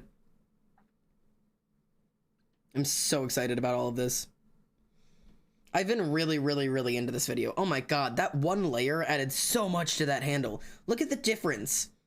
Soft shading, hard shading. Soft shading, hard shading. Soft shade. Oh, no. Like, I forget. I need to push my shadows. I keep forgetting to push my shadows really dark. It looks so much better with those heavy dark shadows. Oh, sexy. Much happier with my handle now. Much happier with the handle. Very good. I can't even put into words how excited I am for this video. I literally cannot wait to put it out for you guys. It might be one of my favorite things I've been working on, and I'm so sorry I keep talking about it and it not being out. But but it's taken so long to write, and now I have to find the time that like to record this. It's gonna take hours to record, legitimately, because like I have to get all of it right. Oh god, I've never done anything like this before. Like I've never recorded a fucking deep analysis video. So like I don't know how to do this well, but I'm really gonna try. I'm gonna make this good for you guys. I've been working too hard on this to like half-ass it. I've got to put my whole fucking Badusi into this shit, and I'm going to. Trust me. Just you goddamn wait. It's gonna be worth it. I promise. It's gonna be worth the wait. You just gotta trust me. It'll get there. Can I make this like an overlay video thing? What if I do like a... Can I do like a multiply layer? And then maybe like lighten it up a little bit. I feel like that'll make this feel a little bit better. There we go. I feel a little bit better about that. It's my favorite thing to talk about power imbalances in the psychology of people and the Dream SMP. You straight up mixed my special interests. Deadass. It has been so much fun to write too, because it's some of my special interests as well. So I had such a good time writing it. Genuinely. I had an absolute fucking a hoot of a time. And admittedly, I've been having a hoot of a time writing the fanfic as well. And having Ink being really invested in it is such a help. Because, like, I know there are people that wouldn't see it if I didn't post it. And, like, are actually, like, excited to read it. So I'm excited to post it. It's got, like, 60 reads on AO3 right now. It's wild. Like, and, like, there's comments on it. And I know the comments are literally only from people who I know. It's literally, like, Ink and Ollie have commented. But, like, still, like... It has like 60 reads, and it has like 2 comments from like people I know that like really like it, and like that means so much to me. So I'm really excited to be posting writing again. I haven't posted writing in years. So it's wild to like have writing out in the public again. And I'm really putting all of my life into this. I should be working on my novel that I'd like to publish one day, but instead I want to write fan fiction, and that's okay. Also, I think I've been avoiding this gold for long enough. I think I have to do it. It's the only non-textured thing on this entire art now. I don't want to texture this stupid piece of gold. Whoa, whoa, whoa, what are we talking about? Jack, did you not hear? I'm posting an SBI fanfic on AO3. I'm posting a technocentric SBI fanfiction on AO3 that I've been working on. And the introduction chapter is up. It's not chapter 1, technically, it's the intro. But, like, the intro's up. No? And it's amazing? Do you want to go read it? Go check out, Writing Pretty Words. If you check out Writing Pretty Words in the Discord, it's linked, I think. I think I linked it in the Discord, right? I believe I have. Let me go, where am I? The kitchen. Writing Pretty Words. Oh, it's above all of Avery's stuff, but yeah. It's there. It's the I'm gonna pass the fuck out now, and it's the I don't deserve you, you deserve the world. I've been posting it. Holy fuck, pissing Panta! Pissing Panta! I'm so glad you're excited. I've been working really hard on it, and tell me why it's better than some of my writing for my actual novel. Oh, coloring this gold is gonna make me want to die. I don't even know where to start with it. Like, I legitimately don't know how to start with this fucking thing. This feels like the most, like, difficult piece of the entire thing. Permission to hyperfixate an info dump / happy stem on stream when the video comes out? 110% permission. So that's what that was? Wait, so that's what was? I have several questions. What are we talking? Oh! Were you here when I read the piece of it out loud? Anksy's roachin'. But yeah, if you were here for the out loud reading of it, that is what that is. That is a fan fiction I'm currently working on in actual chapter 1. Oh, the link. Yeah, the link. The link it leads to AO3. Yeah, the link to AO3, the I don't deserve you, you deserve the world, is my yeah, I'm trying. It's my fanfic. I'm working on a fanfic. I'm really proud of it so far. The next chapter is way longer than the intro. I don't know how long it is. I don't know. Like, the introduction was like maybe 1,000 words, and chapter 1 is like 4,000 words. So I'm bouncing off my walls. I'm so excited. Yeah, I think I could finish chapter 1 today. It is like 4,000 words, but I think I can do my final read through and like finish up my last little edits of it. I think we could do it. I think we could do it. I could give you a little, what sentence can I give you? I could give you a little, you know, little taste. I could give you what's something that Ollie and Emily have commented on.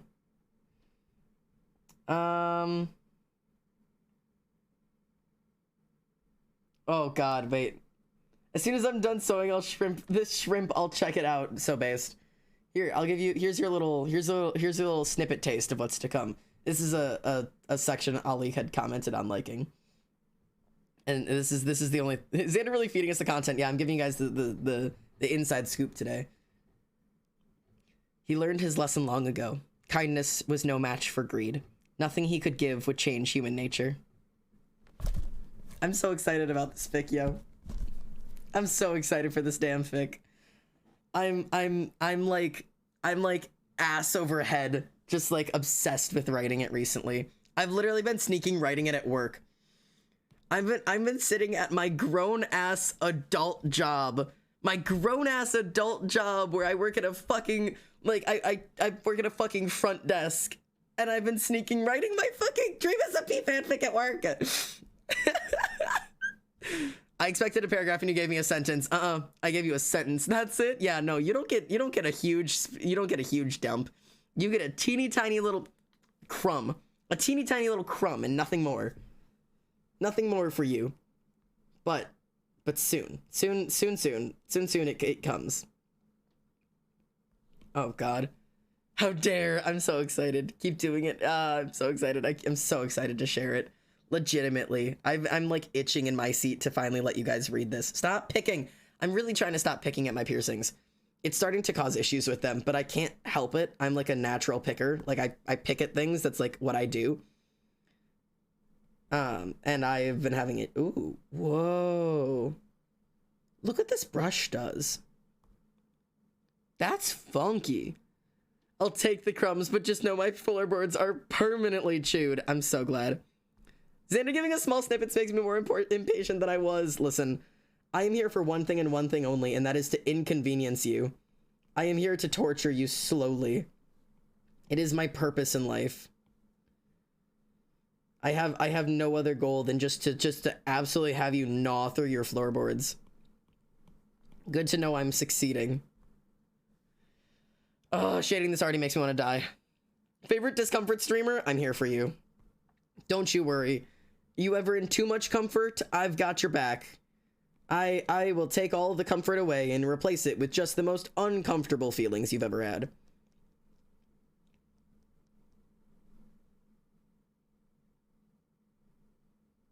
Oh God, this is a weird brush to work with. I don't think I like this brush.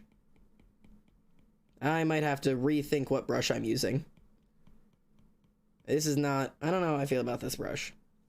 Maybe I'm just gonna use it to get my colors down. Do it then, huh? Discomfort me, streamer. I wasn't even aware of the video and how close the new chapter of the fanfic is, and now I'm impatient and chewing my floorboards. I'm sorry. I'll never get over the fact that I wasn't the first kudos. Yeah, you weren't, and that's wild. I don't even know how that happens. I feel like you were like the one who was like itching at the floorboards for it, and somehow someone got to you. Someone got to it first. It is wildly impressive. I could do that one instead.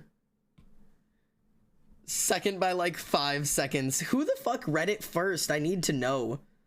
Who was chewing at my fucking floorboards that goddamn quickly? I need to know what was happening over there. I guess I'm gonna work with this. This is what I'm gonna work with right now.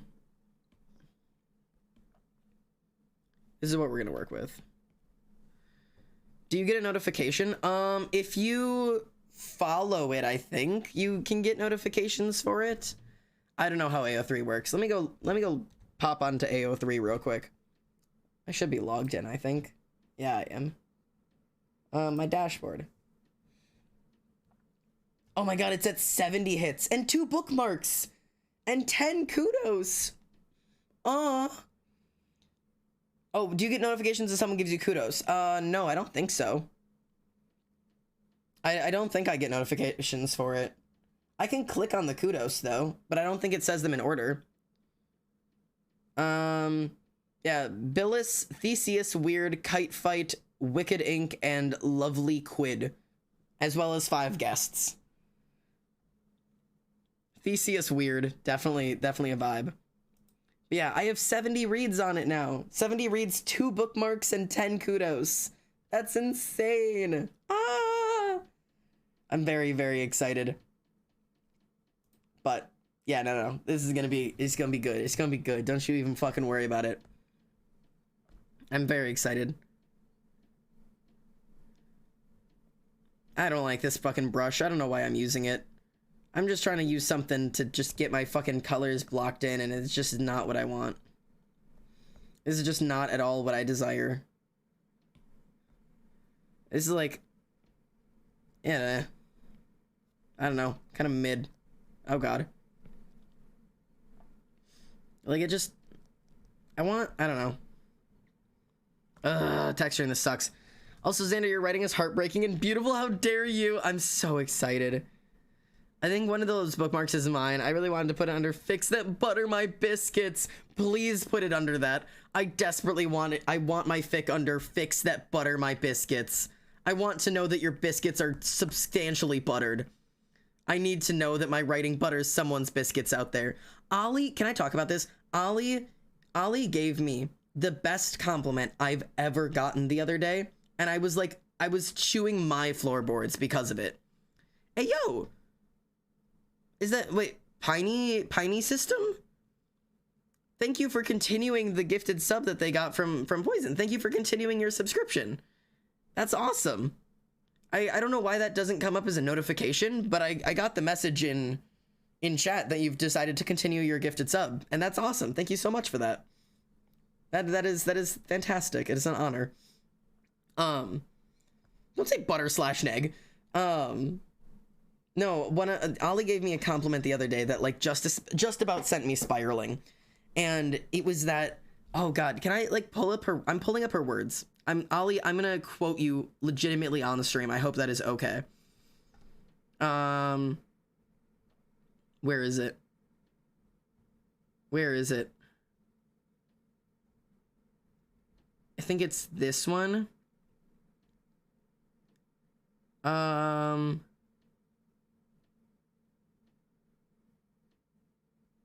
Where is it? Okay, this. I hope, okay. I'm reading this out loud, okay? And I hope I have permission from Ollie to do this. Butter/Jen. Okay, wonderful. Butter/not forced. Butter/Australia. Okay, Ollie, I'm reading this out loud. She said, in a totally nice way, you are really good at writing these absolutely harrowing stories with virtually no hope, because I've never had a discomfort OC until I had, and that's an OC that we've talked about before, together, and it's not one that you guys are gonna know about. I've never had blah blah blah, and then that's another OC, and then she talks about my book for a second, and she says this book, the novel that you guys haven't seen, brings me so much genuine panic and dread and despair. You back your characters into corners so well until it feels like there is no way out and no possible way to live a happy life, but you're so good at understanding that hope needs to exist anyways, and hope matters even if it is found in these tiny victories. And I sobbed about it. And she said, no, literally, like, I don't want to sound like I was insulting you, but goddamn, your stories make me feel sick. Like, there is a reason I avoid, like, the reading them kind of thing until it's actually time, because the story is sickening and miserable, and I can't believe how much pain these people are in and how hard they are trying to be happy. And it is the best compliment I've ever gotten. And she's not talking about the fan fiction. She's talking about my novel that I'm writing in my free time. That is specifically, like, what we were talking about. I really didn't want to sound meme at first, but I read your book and I was like, bro, you call this shit escapism? I want to escape from this. Dead ass. Totally slash pause. And that brings me so much joy because that is what I love writing. I love writing despair. Like I love writing like the lowest points of humanity and the things that you don't think you can escape from. And exactly like she said, I like backing my characters into corners to the point that my readers ask, like, how the fuck are they gonna get out of this? Because like that is what I had messaged her that day because it was a heavy like OC brain rot day, and it admittedly the brain rot has not let up. It just keeps seeming to get worse. I'm terrified to eventually read that novel. I cannot wait for you get to read it. But like I was just like talking about like different parts of it, and there's like a specific scene that I'm not gonna tell you guys what the scene is, but the brain rot was coming from the fact that the scene has no hope. I love writing despair. How is the fanfic going to end? Oh god. I love writing despair. I love writing the moment when there is no hope. And the scene that I was talking about Ollie with, it's a perspective scene. It's not even a scene that's in the like any types of level of like first or second drafts. It's literally a concept scene right now. It is a conceptual theme or a conceptual scene. But it's one that I know will get written. It's just I'm not at that point yet because it's legitimately not even in the first book. But it is a point where my characters hit where the reader has to stop and go, how the fuck did we get here? How the fuck did it get this bad? And that's what that's desperately like the emotion I want to evoke in my characters. Like, because, you know, every single piece of it is, like most scenes, right? Most times when you're writing a scene, like the stakes and the intention are they going to get out of this okay? You know, are they going to escape safely? Are they going to get out and be okay? Are they going to, you know, survive? Are they going to, you know, save the day? Are they going to defeat the bad guy? And the part that I'm writing, the part that I was working on is so far past that. It takes you to the point of, it doesn't matter what happens. Worst case scenario or best case scenario, it literally doesn't matter if they succeed or not. It doesn't matter if they beat the bad guy. It doesn't matter who the fuck wins in this moment, in this scene, because at the end of the day, no one gets out of this okay. It has gotten to the point that it doesn't matter if your protagonist wins or not. It doesn't matter if they beat the bad guy or not, because at this point, no one gets out okay. It's gone too far. And your characters and your readers and you have to stop and sit for a moment and think, how the fuck did we let it get this bad? How did we go so far to let it get to this point that there's no way out? It doesn't matter if we win. It doesn't even matter if we kill the bad guy at this point because we lost so fucking much. There's a word for this. I think it's like a pyloric victory. I'm gonna have to look it up now because it's gonna bother me. Is it pyloric? Pyloric victory? Pyloric. No, Pyrrhic. There we go. Pyrrhic. It's my favorite thing to write. A Pyrrhic victory is a victory that comes at a great cost, perhaps making the ordeal to win not worth it. Pyrrhic victories are my favorite thing in the entire world to write because it's that moment that you win, that you succeed, and you look around and you go, it wasn't fucking worth it. I don't care if I won. Look at what I lost to get here. Like, I'm not who I was. Oh my god. Piney System. Thank you so much. Jesus Christ. Thank you for the 5 gifted subs. That's huge. That is so wild. Don't you say, hey. Thank you so much for the gifted subs. That's wild. Thank you for paying forward the gift. It literally phrases it that way. Twitch says, Piney System is paying forward the gift they got from Poison to the community. Thank you for paying that gift forward. That is such a wild gift to give. Congrats to all the people who now have subscriptions. That's wild. I think you might have pushed us to 150 sub points. Hang on, I gotta refresh my Twitch because I gotta see now. No, we're close. Oh my god, that's wild. Xander, are you good? This is an interesting writing style. I'm not good, not at all. Because that is my favorite, it's my favorite thing in the whole world. And I wish more people understood that. If you ever get into my writing, I want you to be fully aware that Pyrrhic victories are my favorite victories to write. That writing where, sure, you won. Sure you won, but did you? Did you really? Have you really won? And because what I like doing is taking away the concept that winning, that like, you know, beating the bad guy is what we're trying to fight for here. That's not what I want. I want bigger than that. I need people to see past that, further than that, harder than that, darker than that. There's something worse than the bad guy losing. And that's the bad guy, or there's something worse than the bad guy winning. And that's the bad guy losing and you still losing in the process. The fact that, sure, maybe you can, you know, maybe you can stop this bad event, but can you really stop all of it? Are you, like, how much can you really save? You can't save everyone. You can't fix everything. It doesn't matter if you're the protagonist or not. That doesn't stop you from being human. There's only so much you can do, and there has to be a moment where you know, you look back at what it cost you to get here, and you ask, like, was it worth it? Was it? Was it? Will it ever be? Does it matter? Because at this point, it doesn't matter. At this point, you don't even get the choice to question, is it worth it anymore? Because it's gone to such a point that even if you decide now, no, it's not worth it, you've lost so much that to give up now? What are you gonna do, huh? Turn back? Go home? Pretend this didn't happen? You're the kind of writer from my nightmares. Your writing is amazing, but it'll wound my soul. Correct. Victory and loss aren't linear. You may have won, but is it really a victory with everything you lost in the process? Yeah. It's my favorite trope in the entire world.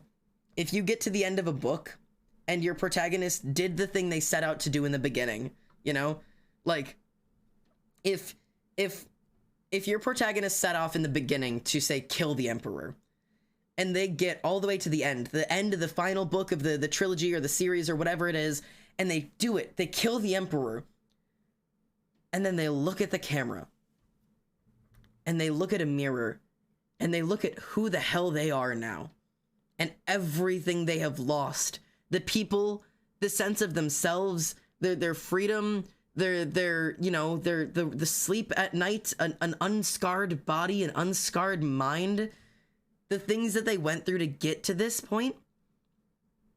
Was it worth it? Did you really win?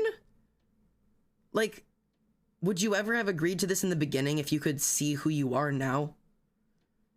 That's the question. Those are the kind of questions I want to answer. If you could go back and see the protagonist you from the very beginning, when you first accepted this quest, if you could see what you look like right now, back then, would you still have agreed to go? Despite everything, it's still you is the happy version of what you write. And you know what? I include a lot of that in my writing. Because you know, you're not the same person you were anymore. I don't ever leave my protagonists the same as they entered the story. They are reshaped, reformed, rematted. Their lives are changed around them. Their personalities, the way they think, their morals, their religion, everything will be called into question. Nothing is off of bounds. I will go after everything they love and care for, and I will make them question every aspect of it. But those things aren't who you are. And so, sure, you don't feel like you were anymore, and you don't look like you used to, and, you know, maybe you don't believe the same things, and, you know, everything has changed. But you're still you. And the thing is, you were always capable of this. I just put you in the situation to prove that you were. The person you were when all this began is still the person standing in front of you. You were capable of great good and great bad from the moment that you began the story. From the second you saw the quest, picked it up, and said, sure, I could manage this, you were capable of all of the great and all of the horrible things you committed along every step of the way. It's always just been you. The question is just, what situations do you have to be put in to be pushed to that limit? How far do you stand until you snap and you give in to the things that I've been asking you to do since the beginning? Me talking to my characters as if they're real. I need to take a break, man. My mind is warping me. Me, says Ollie. Sorry, yeah, I just realized I'm talking second person. I'm referencing my characters, but sorry. So what I'm hearing is Xander's writing is, after everything, who are you now? What's left of who you were? Or was this just who you've always been? That's the perfect summary.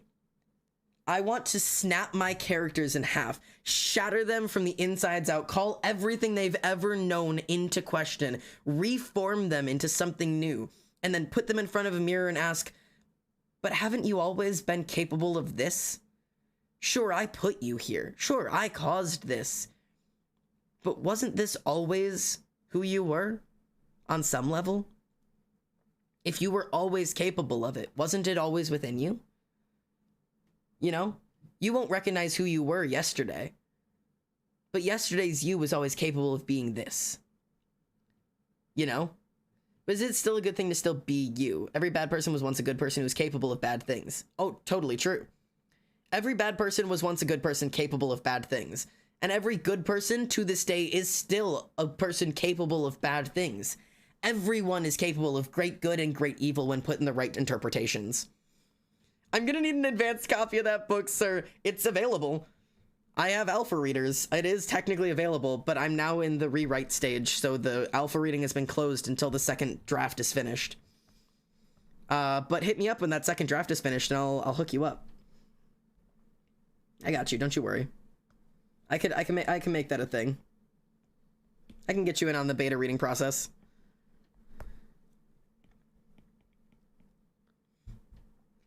Oh god, I need some more liquids in me. Hang on. I gotta get some of that green machine in me. It is a wild thing. I love talking about this shit, man. I love talking about my writing. I could talk about writing for the rest of the day. Like, and I know most people do not give a shit. I really need to do a little bit of work in portraying my community as more of a writing community. Because I know I've sold a lot of who I am and, like, my personality online as, like, Dream SMP centric and, like, Minecraft centric. And, like, obviously, like, also, like, hyperfixation centric and autism and, you know, safe space. Which all of that is still 100% true. I need to spend a little bit more time, you know, portraying the fact that this community is a writing community as well. And I need more writers in here. Ollie, exactly that. Nobody is exempt from the idea of doing bad things. The only difference is their breaking point. Absolutely. Just got out of the shower and to prepare my mind for what will probably be an interesting chat with a friend. What is this? Listen, I'm sorry. I've got so many thoughts. I wish I had a quarter of the confidence I used to have in my writing. You just have to have faith in your writing, man. And I know it's impossible and it's hard and writing feels cringe and it feels scary to ever show anybody that you created this very vulnerable thing, and it feels, you know, like you should be hiding it away and not talking about it, but you should be talking about it. Please send it to me. Send me all of it. I want to read it, please. Like, I want to do writing analysis of my readers so bad. Ask writing advice? Please, Anxie, please. I'm begging you. Writing topics? All of them. Feed them to me. Put them in my mouth. I want to talk about writing so badly. Like, so badly. Please. Like, I love this conversation. It is one of my favorite conversations to have. I love talking about writing, man. How is this looking so far, by the way? What are you guys thinking of this little weird shape? I know I'm, like, just starting to block in, like, some of the basic, like, shading colors, but how's the knife looking? Ugh, oh, sorry, I just realized I need to stretch. Oh my god. Ugh. Hang on, I'm gonna stretch for a second. Oh my gods. Oh. Dog, read the chapters of my book I sent. Oh yeah. Wait, how many of them did you update? What are the new chapters? I need to go read them. I need to go find where we left off. I'm absolutely down. I cannot wait to go read that. I completely forgot that you sent them. I know you sent them in chat once, and I was like, oh yeah, I can read that tonight, and then I never got to fucking read it. Oh my god, there's 3? I'm so excited. Okay. I'm always able to write deep, meaningful scenes, sometimes even chapters of a book, but it seems impossible to write a full book. Does anyone have advice? I mean, I guess my best advice in terms of writing a full book, right, is don't look at it as a book. Okay, that's a difficult way to explain it. Okay, hang on. So I've written 3 books in my lifetime. You will probably only ever see one of them. But I have written 3 books that are full-length novels, 50,000 words or longer. And there's only one that I'll ever even consider publishing, which is Those That Fear Us one that I've talked about sometimes. But the reality of a book is that sure, it's a book, right? But looking at anything as its totality will always feel overwhelming, right? Like, it will always feel impossible to do if you're trying to look at something as its final form. Because you can go and pick up a book off of a shelf and go, God, I could never do this. But you can. Because the reality is that a book is nothing more than a collection of moments. It's a collection of scenes that we follow a character through. Whether that be the story of their life, or the story of a relationship, or the story of an adventurer's tale. It's a story of a revolution. The way that you write a book is you look at what story do you want to tell? Either what story or whose story. What story is going to get you? What kind of plot are you looking for? You know, what story are you trying to tell me? Is it the story of, you know, the lowly poor rise up against the government? Is it the story of, you know, fated lovers who could never be? Is it the story of, you know, the story of a population who suddenly has to adapt to new technology? Is it the story of, you know, whatever? Or you could ask, whose story do you want to tell? Is it the story that follows your main character as they you know, find the truth about themselves out of like some mystery? Find out that they're actually secretly adopted? Is it a character who has traveled to a new country and now is trying to learn how to live there? Is it a character who's just a teenager trying to navigate, you know, falling in love and finding themselves and surviving school? Is it a character who just murdered their parents and now has to run away? Like, who or what is your story trying to follow?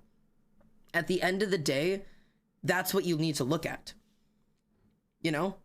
It feels like the connecting part of the stories are impossible to write. I can write the ending, but I can't write any other part or lead up to it. It's like my mind is just blank. Because you've got a scene in mind, right? But it a lot of times, I know it's tempting to go for the finale first. That's how I used to write as well. That's how I used to get my ideas, was always like, you know, I've got this awesome idea for like a final scene, but how do I get there? And I've never had a lot of success writing that way, so I no longer really suggest trying to start like that. I suggest backing up and asking yourself, who is the story about, or what is the story about? Who or what do you want to tell the story of? And maybe that you have an awesome final idea, but then look at it and ask yourself, who's the main part of this, or what is the main part of this? Is the final scene somebody dying in their lover's arms? Okay, pause. Zoom out a little bit. Who is that person? Who are they? What is their story? How did they get here? Why do they love this person? You know? What you're writing are these little snippets of practice. You're practicing writing emotion, or you're practicing writing pacing, or you're practicing writing this, right? But writing those little chunks of scenes are never going to stitch together into a cohesive story. It's better to start a book not in the micro level, but the macro level. Like, instead of focusing on, I have this really good scene, how do I get there? You're going to stick yourself into a really stiff mold that's going to be really hard to follow through on. Rather, zoom out entirely and look at, what story do I want to tell? You know, where do I want this to go? And then you're going to start developing scenes and ideas, and you can start stitching those together with connections. You know, it's a difficult thing to do, but it's possible. I do have to come up with backstories for creepypasta characters for my friends, so go off, I guess. Yeah, let's go. Writing has been my passion since I was a child, but I woke up one day and decided I couldn't do it well enough and just quit. Worst mistake I ever made, now it's so hard to get myself to just start again. How do I convince myself to just start writing again? Ollie has a great advice, which is it helps to have someone to read it and hype you up. Absolutely true. Sorry, my voice is cracking. I'm going to put some more liquids in me. Hang on. My other recommendation is write without absolutely any requirements. And this one's that's a little bit of a difficult, you know, task to suggest, right? I totally understand that. But it's genuinely a really important thing to do. It's why I'm really enjoying writing the fanfic I'm writing right now, because I've removed the stress of writing a book. Writing my book, I constantly get stuck in, it's not good enough, it's not good enough, it's not good enough, it's not good enough, it'll never be good enough, I can't get there, like, whatever. But, like, at the end of the day, the more pressure you have on yourself to write and write well, the more you're constricting yourself, and the best way to get back into writing is just do it. And okay, I know that's a really stupid thing, but I don't mean, like, just start being a writer. I mean, like, just write something. And it doesn't matter what it is, and it does not have to be good, And you can absolutely hold it in your mind of you never, ever have to show it to anyone. It can absolutely be for you and just you and nobody else. Go find like little writing prompts online and give them a shot. Just like, okay, write a scene where, you know, a character comes home and washes blood off of their hands. That's your only thing. Then you are fully in charge of who is this character? Why do they have blood on their hands? Why is it their blood? Is it somebody else's? Is there somebody else at home? Does somebody catch them? Are they in trouble? Are they tired? Are they hurt? Like, everything else is yours to decide. Just write that scene and see how it feels. And it never ever has to be shared. You could write it and then delete it when you're done with it, but write it. And do that if you can every day. 10-15 minutes, nothing more than that. And you will start to get back into the feeling of writing. It's not an easy thing to do. When you have fallen out of something that you used to love, I mean, it's really hard to drag yourself back into it. But it's a lot of, like, writing is a muscle and something you got to practice and work on. But also, yeah, get people to hype you up, man. That's a good prompt. I never thought to start so small like that. Wicked, along with the other link I'm going to send you another link after stream. There's a TikTok account that I follow who has minuscule writing prompts like that. And I love it so much. He'll literally be like, okay, today's writing prompt is write a moment where your characters almost kiss, but don't. That's the entire prompt. It doesn't matter how they got into that situation. It doesn't matter what happens afterwards. It doesn't matter, you know, why don't they actually kiss? Do both of them want to? Does only one of them want to? The whole prompt is just write a scene, both of your characters nearly kiss, but don't. And then go for it. Start little. You know, getting back into writing doesn't mean like start writing a novel or start publishing a fanfic or, you know, go become a fucking New York Times bestseller. Like, learning to love writing again is part of the process, is just falling back in love with writing.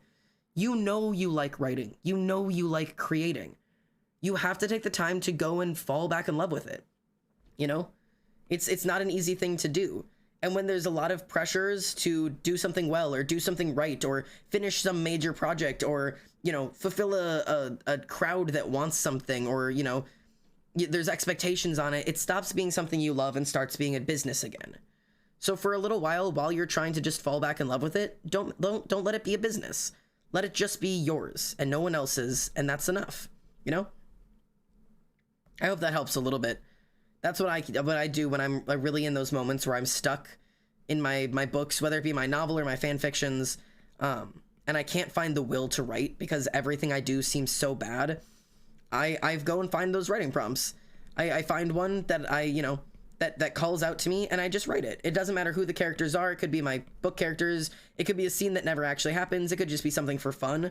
But just getting words on the paper again reminds me why I love it so much. The ability to, like, you know, make emotions real through writing. Off topic for the video, script is almost a quarter of a full-length novel. Listen, I have issues.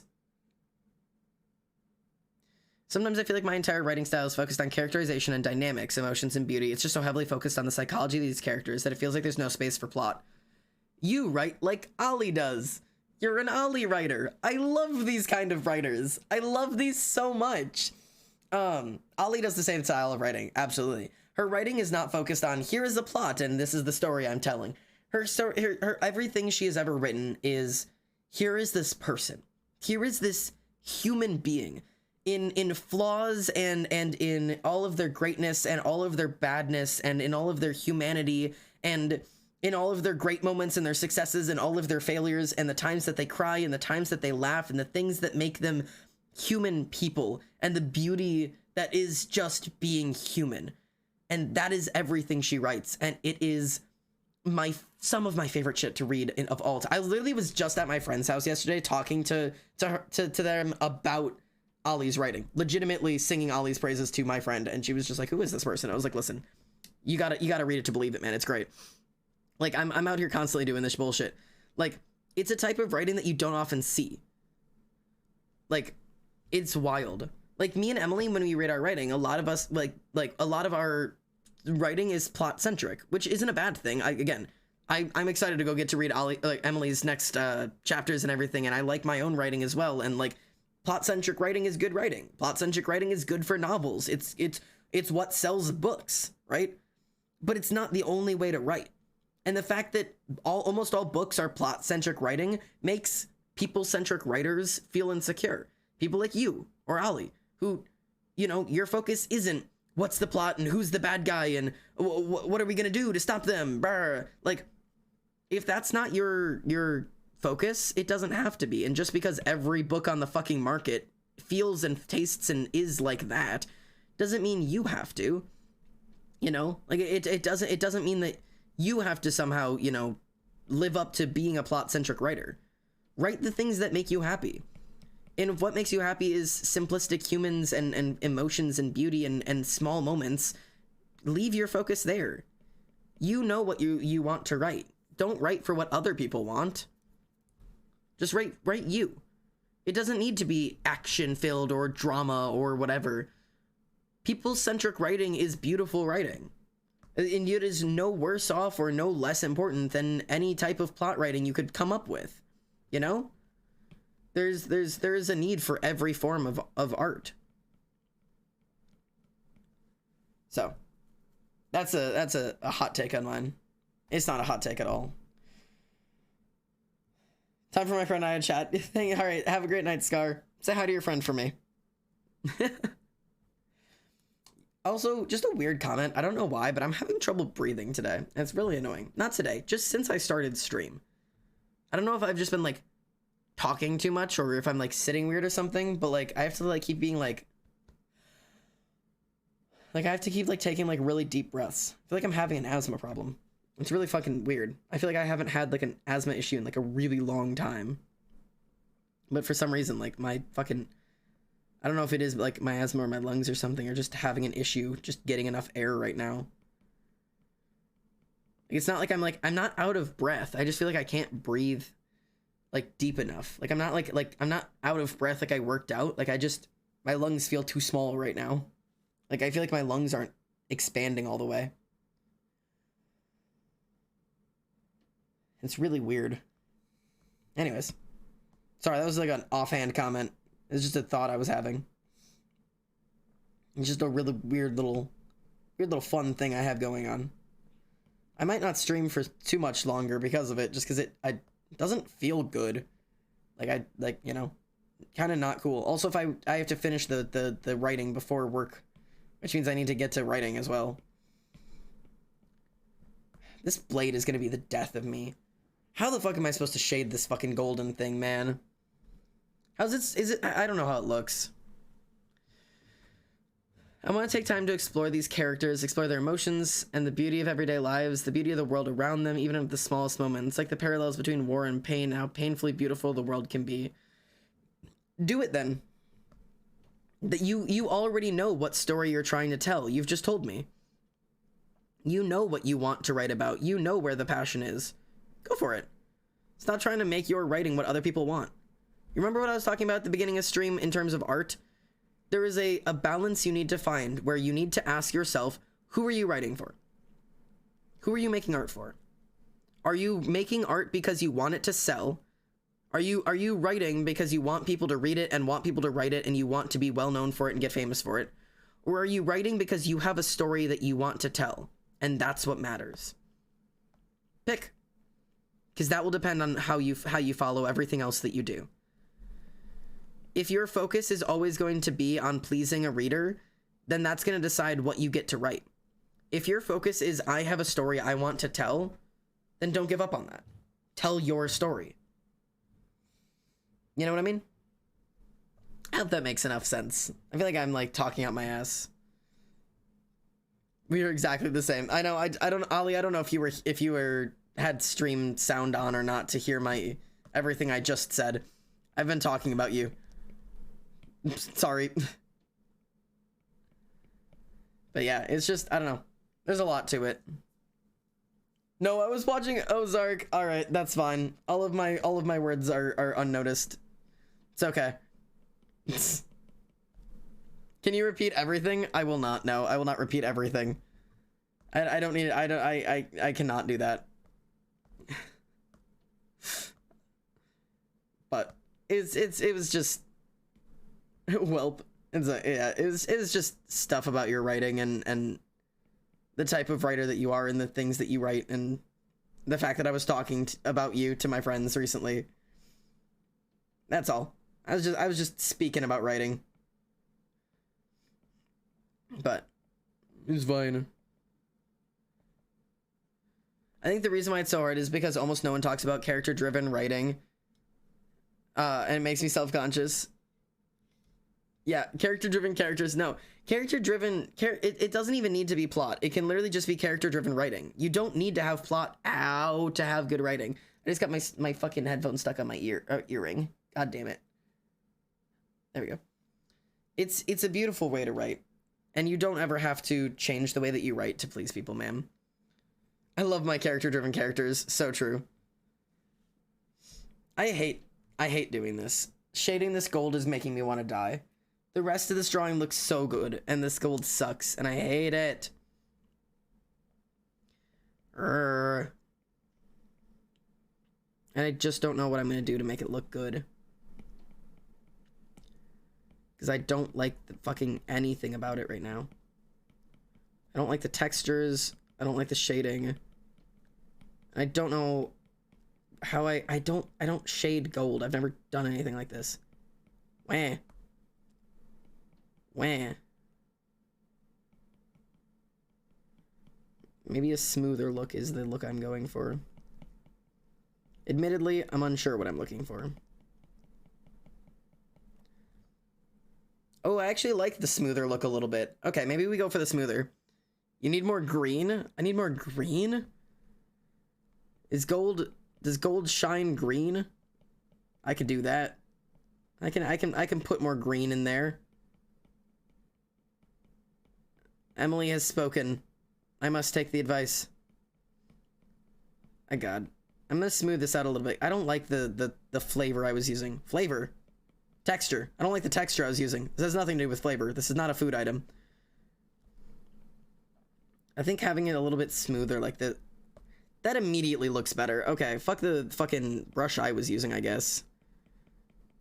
Fuck the brush I was using. I was trying to do something a little bit more gritty, but I like this much better smooth like this. I'd eat it, TBH. Please don't. Don't do that. Don't eat the Blade of Chaos. Don't eat the Blade of Chaos. The Blade of Chaos does not need to be consumed. It probably would be quite bad for you. I also want to eat it. I just don't want to say anything. Oh God. No, please. No, don't eat the blades. Ollie, why do you want to eat the Blades of Chaos? What have I done? What did I do to make this crunchable? Why does this look edible to you guys? I think you guys have something wrong. Okay, I'm going back to this one. This is gonna be the color I'm gonna work with right now. This is gonna be the one I'm trying to work with. I want to lick the blade, not weird. I mean, the texture looks good. I feel like it would stick to my tongue. I feel like I do not want to lick it. I feel like it would be the type of thing that sticks to your tongue, and that sounds horrible to me. And I don't know how to like explain where that feeling comes from. I just get the vibe. I get the really uncomfortable vibe that it would like stick to the like my tongue, and it would be like a bad texture, and it would make me very sad. I feel like it would give me tetanus. I mean, possibly. Considering the look of it, you'd probably get some kind of horrible disease from it, I'm sure. I can almost guarantee you, if you licked Kratos' Blades of Chaos, you probably would experience some form of incurable disease. Couldn't tell you what. But man, oh man, it would probably just not be a good time for anyone involved. Also, Kratos would probably stab you and maybe kill you if you tried to lick his blades. Give me lockjaw. Yeah, that sounds right. That admittedly makes sense. Alright. I'm just trying to do, like, the basic layer. I just wanted to get, like, the basic shadows down, and I just somehow just am not doing it well. What the hell happened over here? Like, I just wanted, like, very base level shading. Okay, that already looks better. Admittedly, you're with me on this one, right? This already looks better than it was looking previously. Having it, like, faded out a little bit. It's not done, but this is better. Ask something off topic? Yeah, what's up, man? Give it. What's the thought? Where's the brain? I'm just gonna try to get a little bit more of the deepest shadows in. Like, these need to be way deeper. These are, like, really dark shadows. Like, these all need to be, like, really dark. Like, this needs to be dark. This needs to be dark. And then blend it out. Blend it out. And I know some of it needs to be less blended because it's metal, so there's going to be, like, really sharp highlights on pieces of it. But I'll do, like, the highlights on, like, a separate layer and, like, not blend those out as much.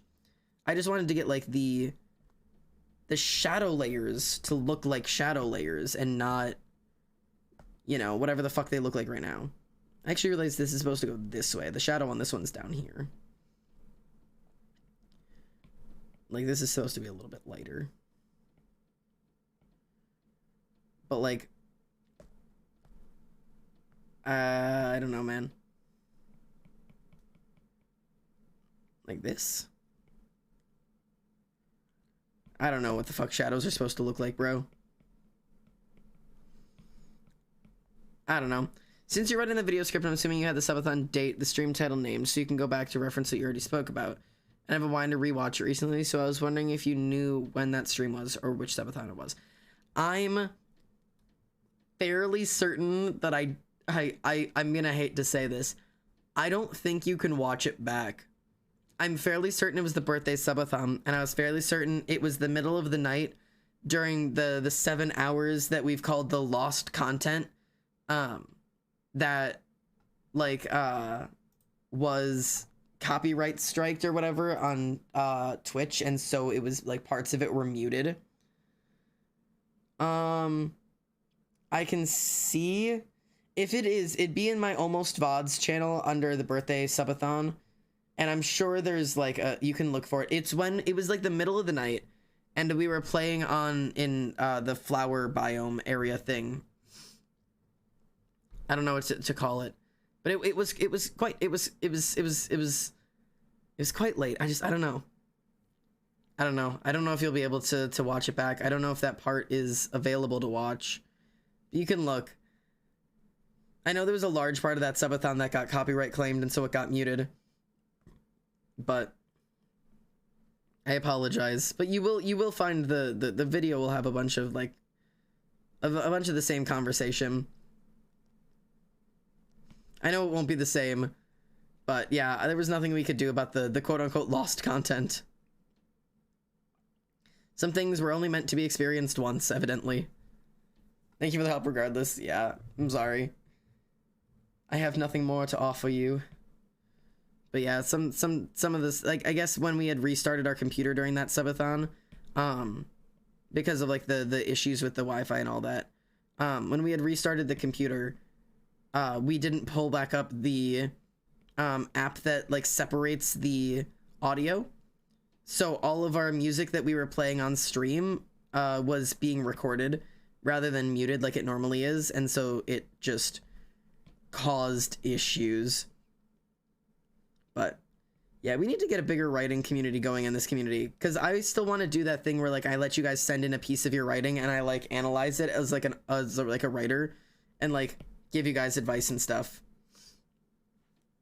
Also, I think this might be where I call it for this drawing for tonight, because if I want to get this writing done before I go to work tomorrow, I'm gonna need to get on that, like, now, because otherwise I'm gonna get too tired and I'm gonna have to go to bed because I've got work in the morning, or I'm gonna make the really bad decision to not go to bed before work in the morning, and then I'm gonna have a miserable day. But I think we've made some really good progress. We finished both parts of the handle, and now I just have to do the rest of this godforsaken gold part. But this has actually been really fun to try to do. This has been a really good challenge. And you guys have a bunch more ideas for me to do more pieces of art.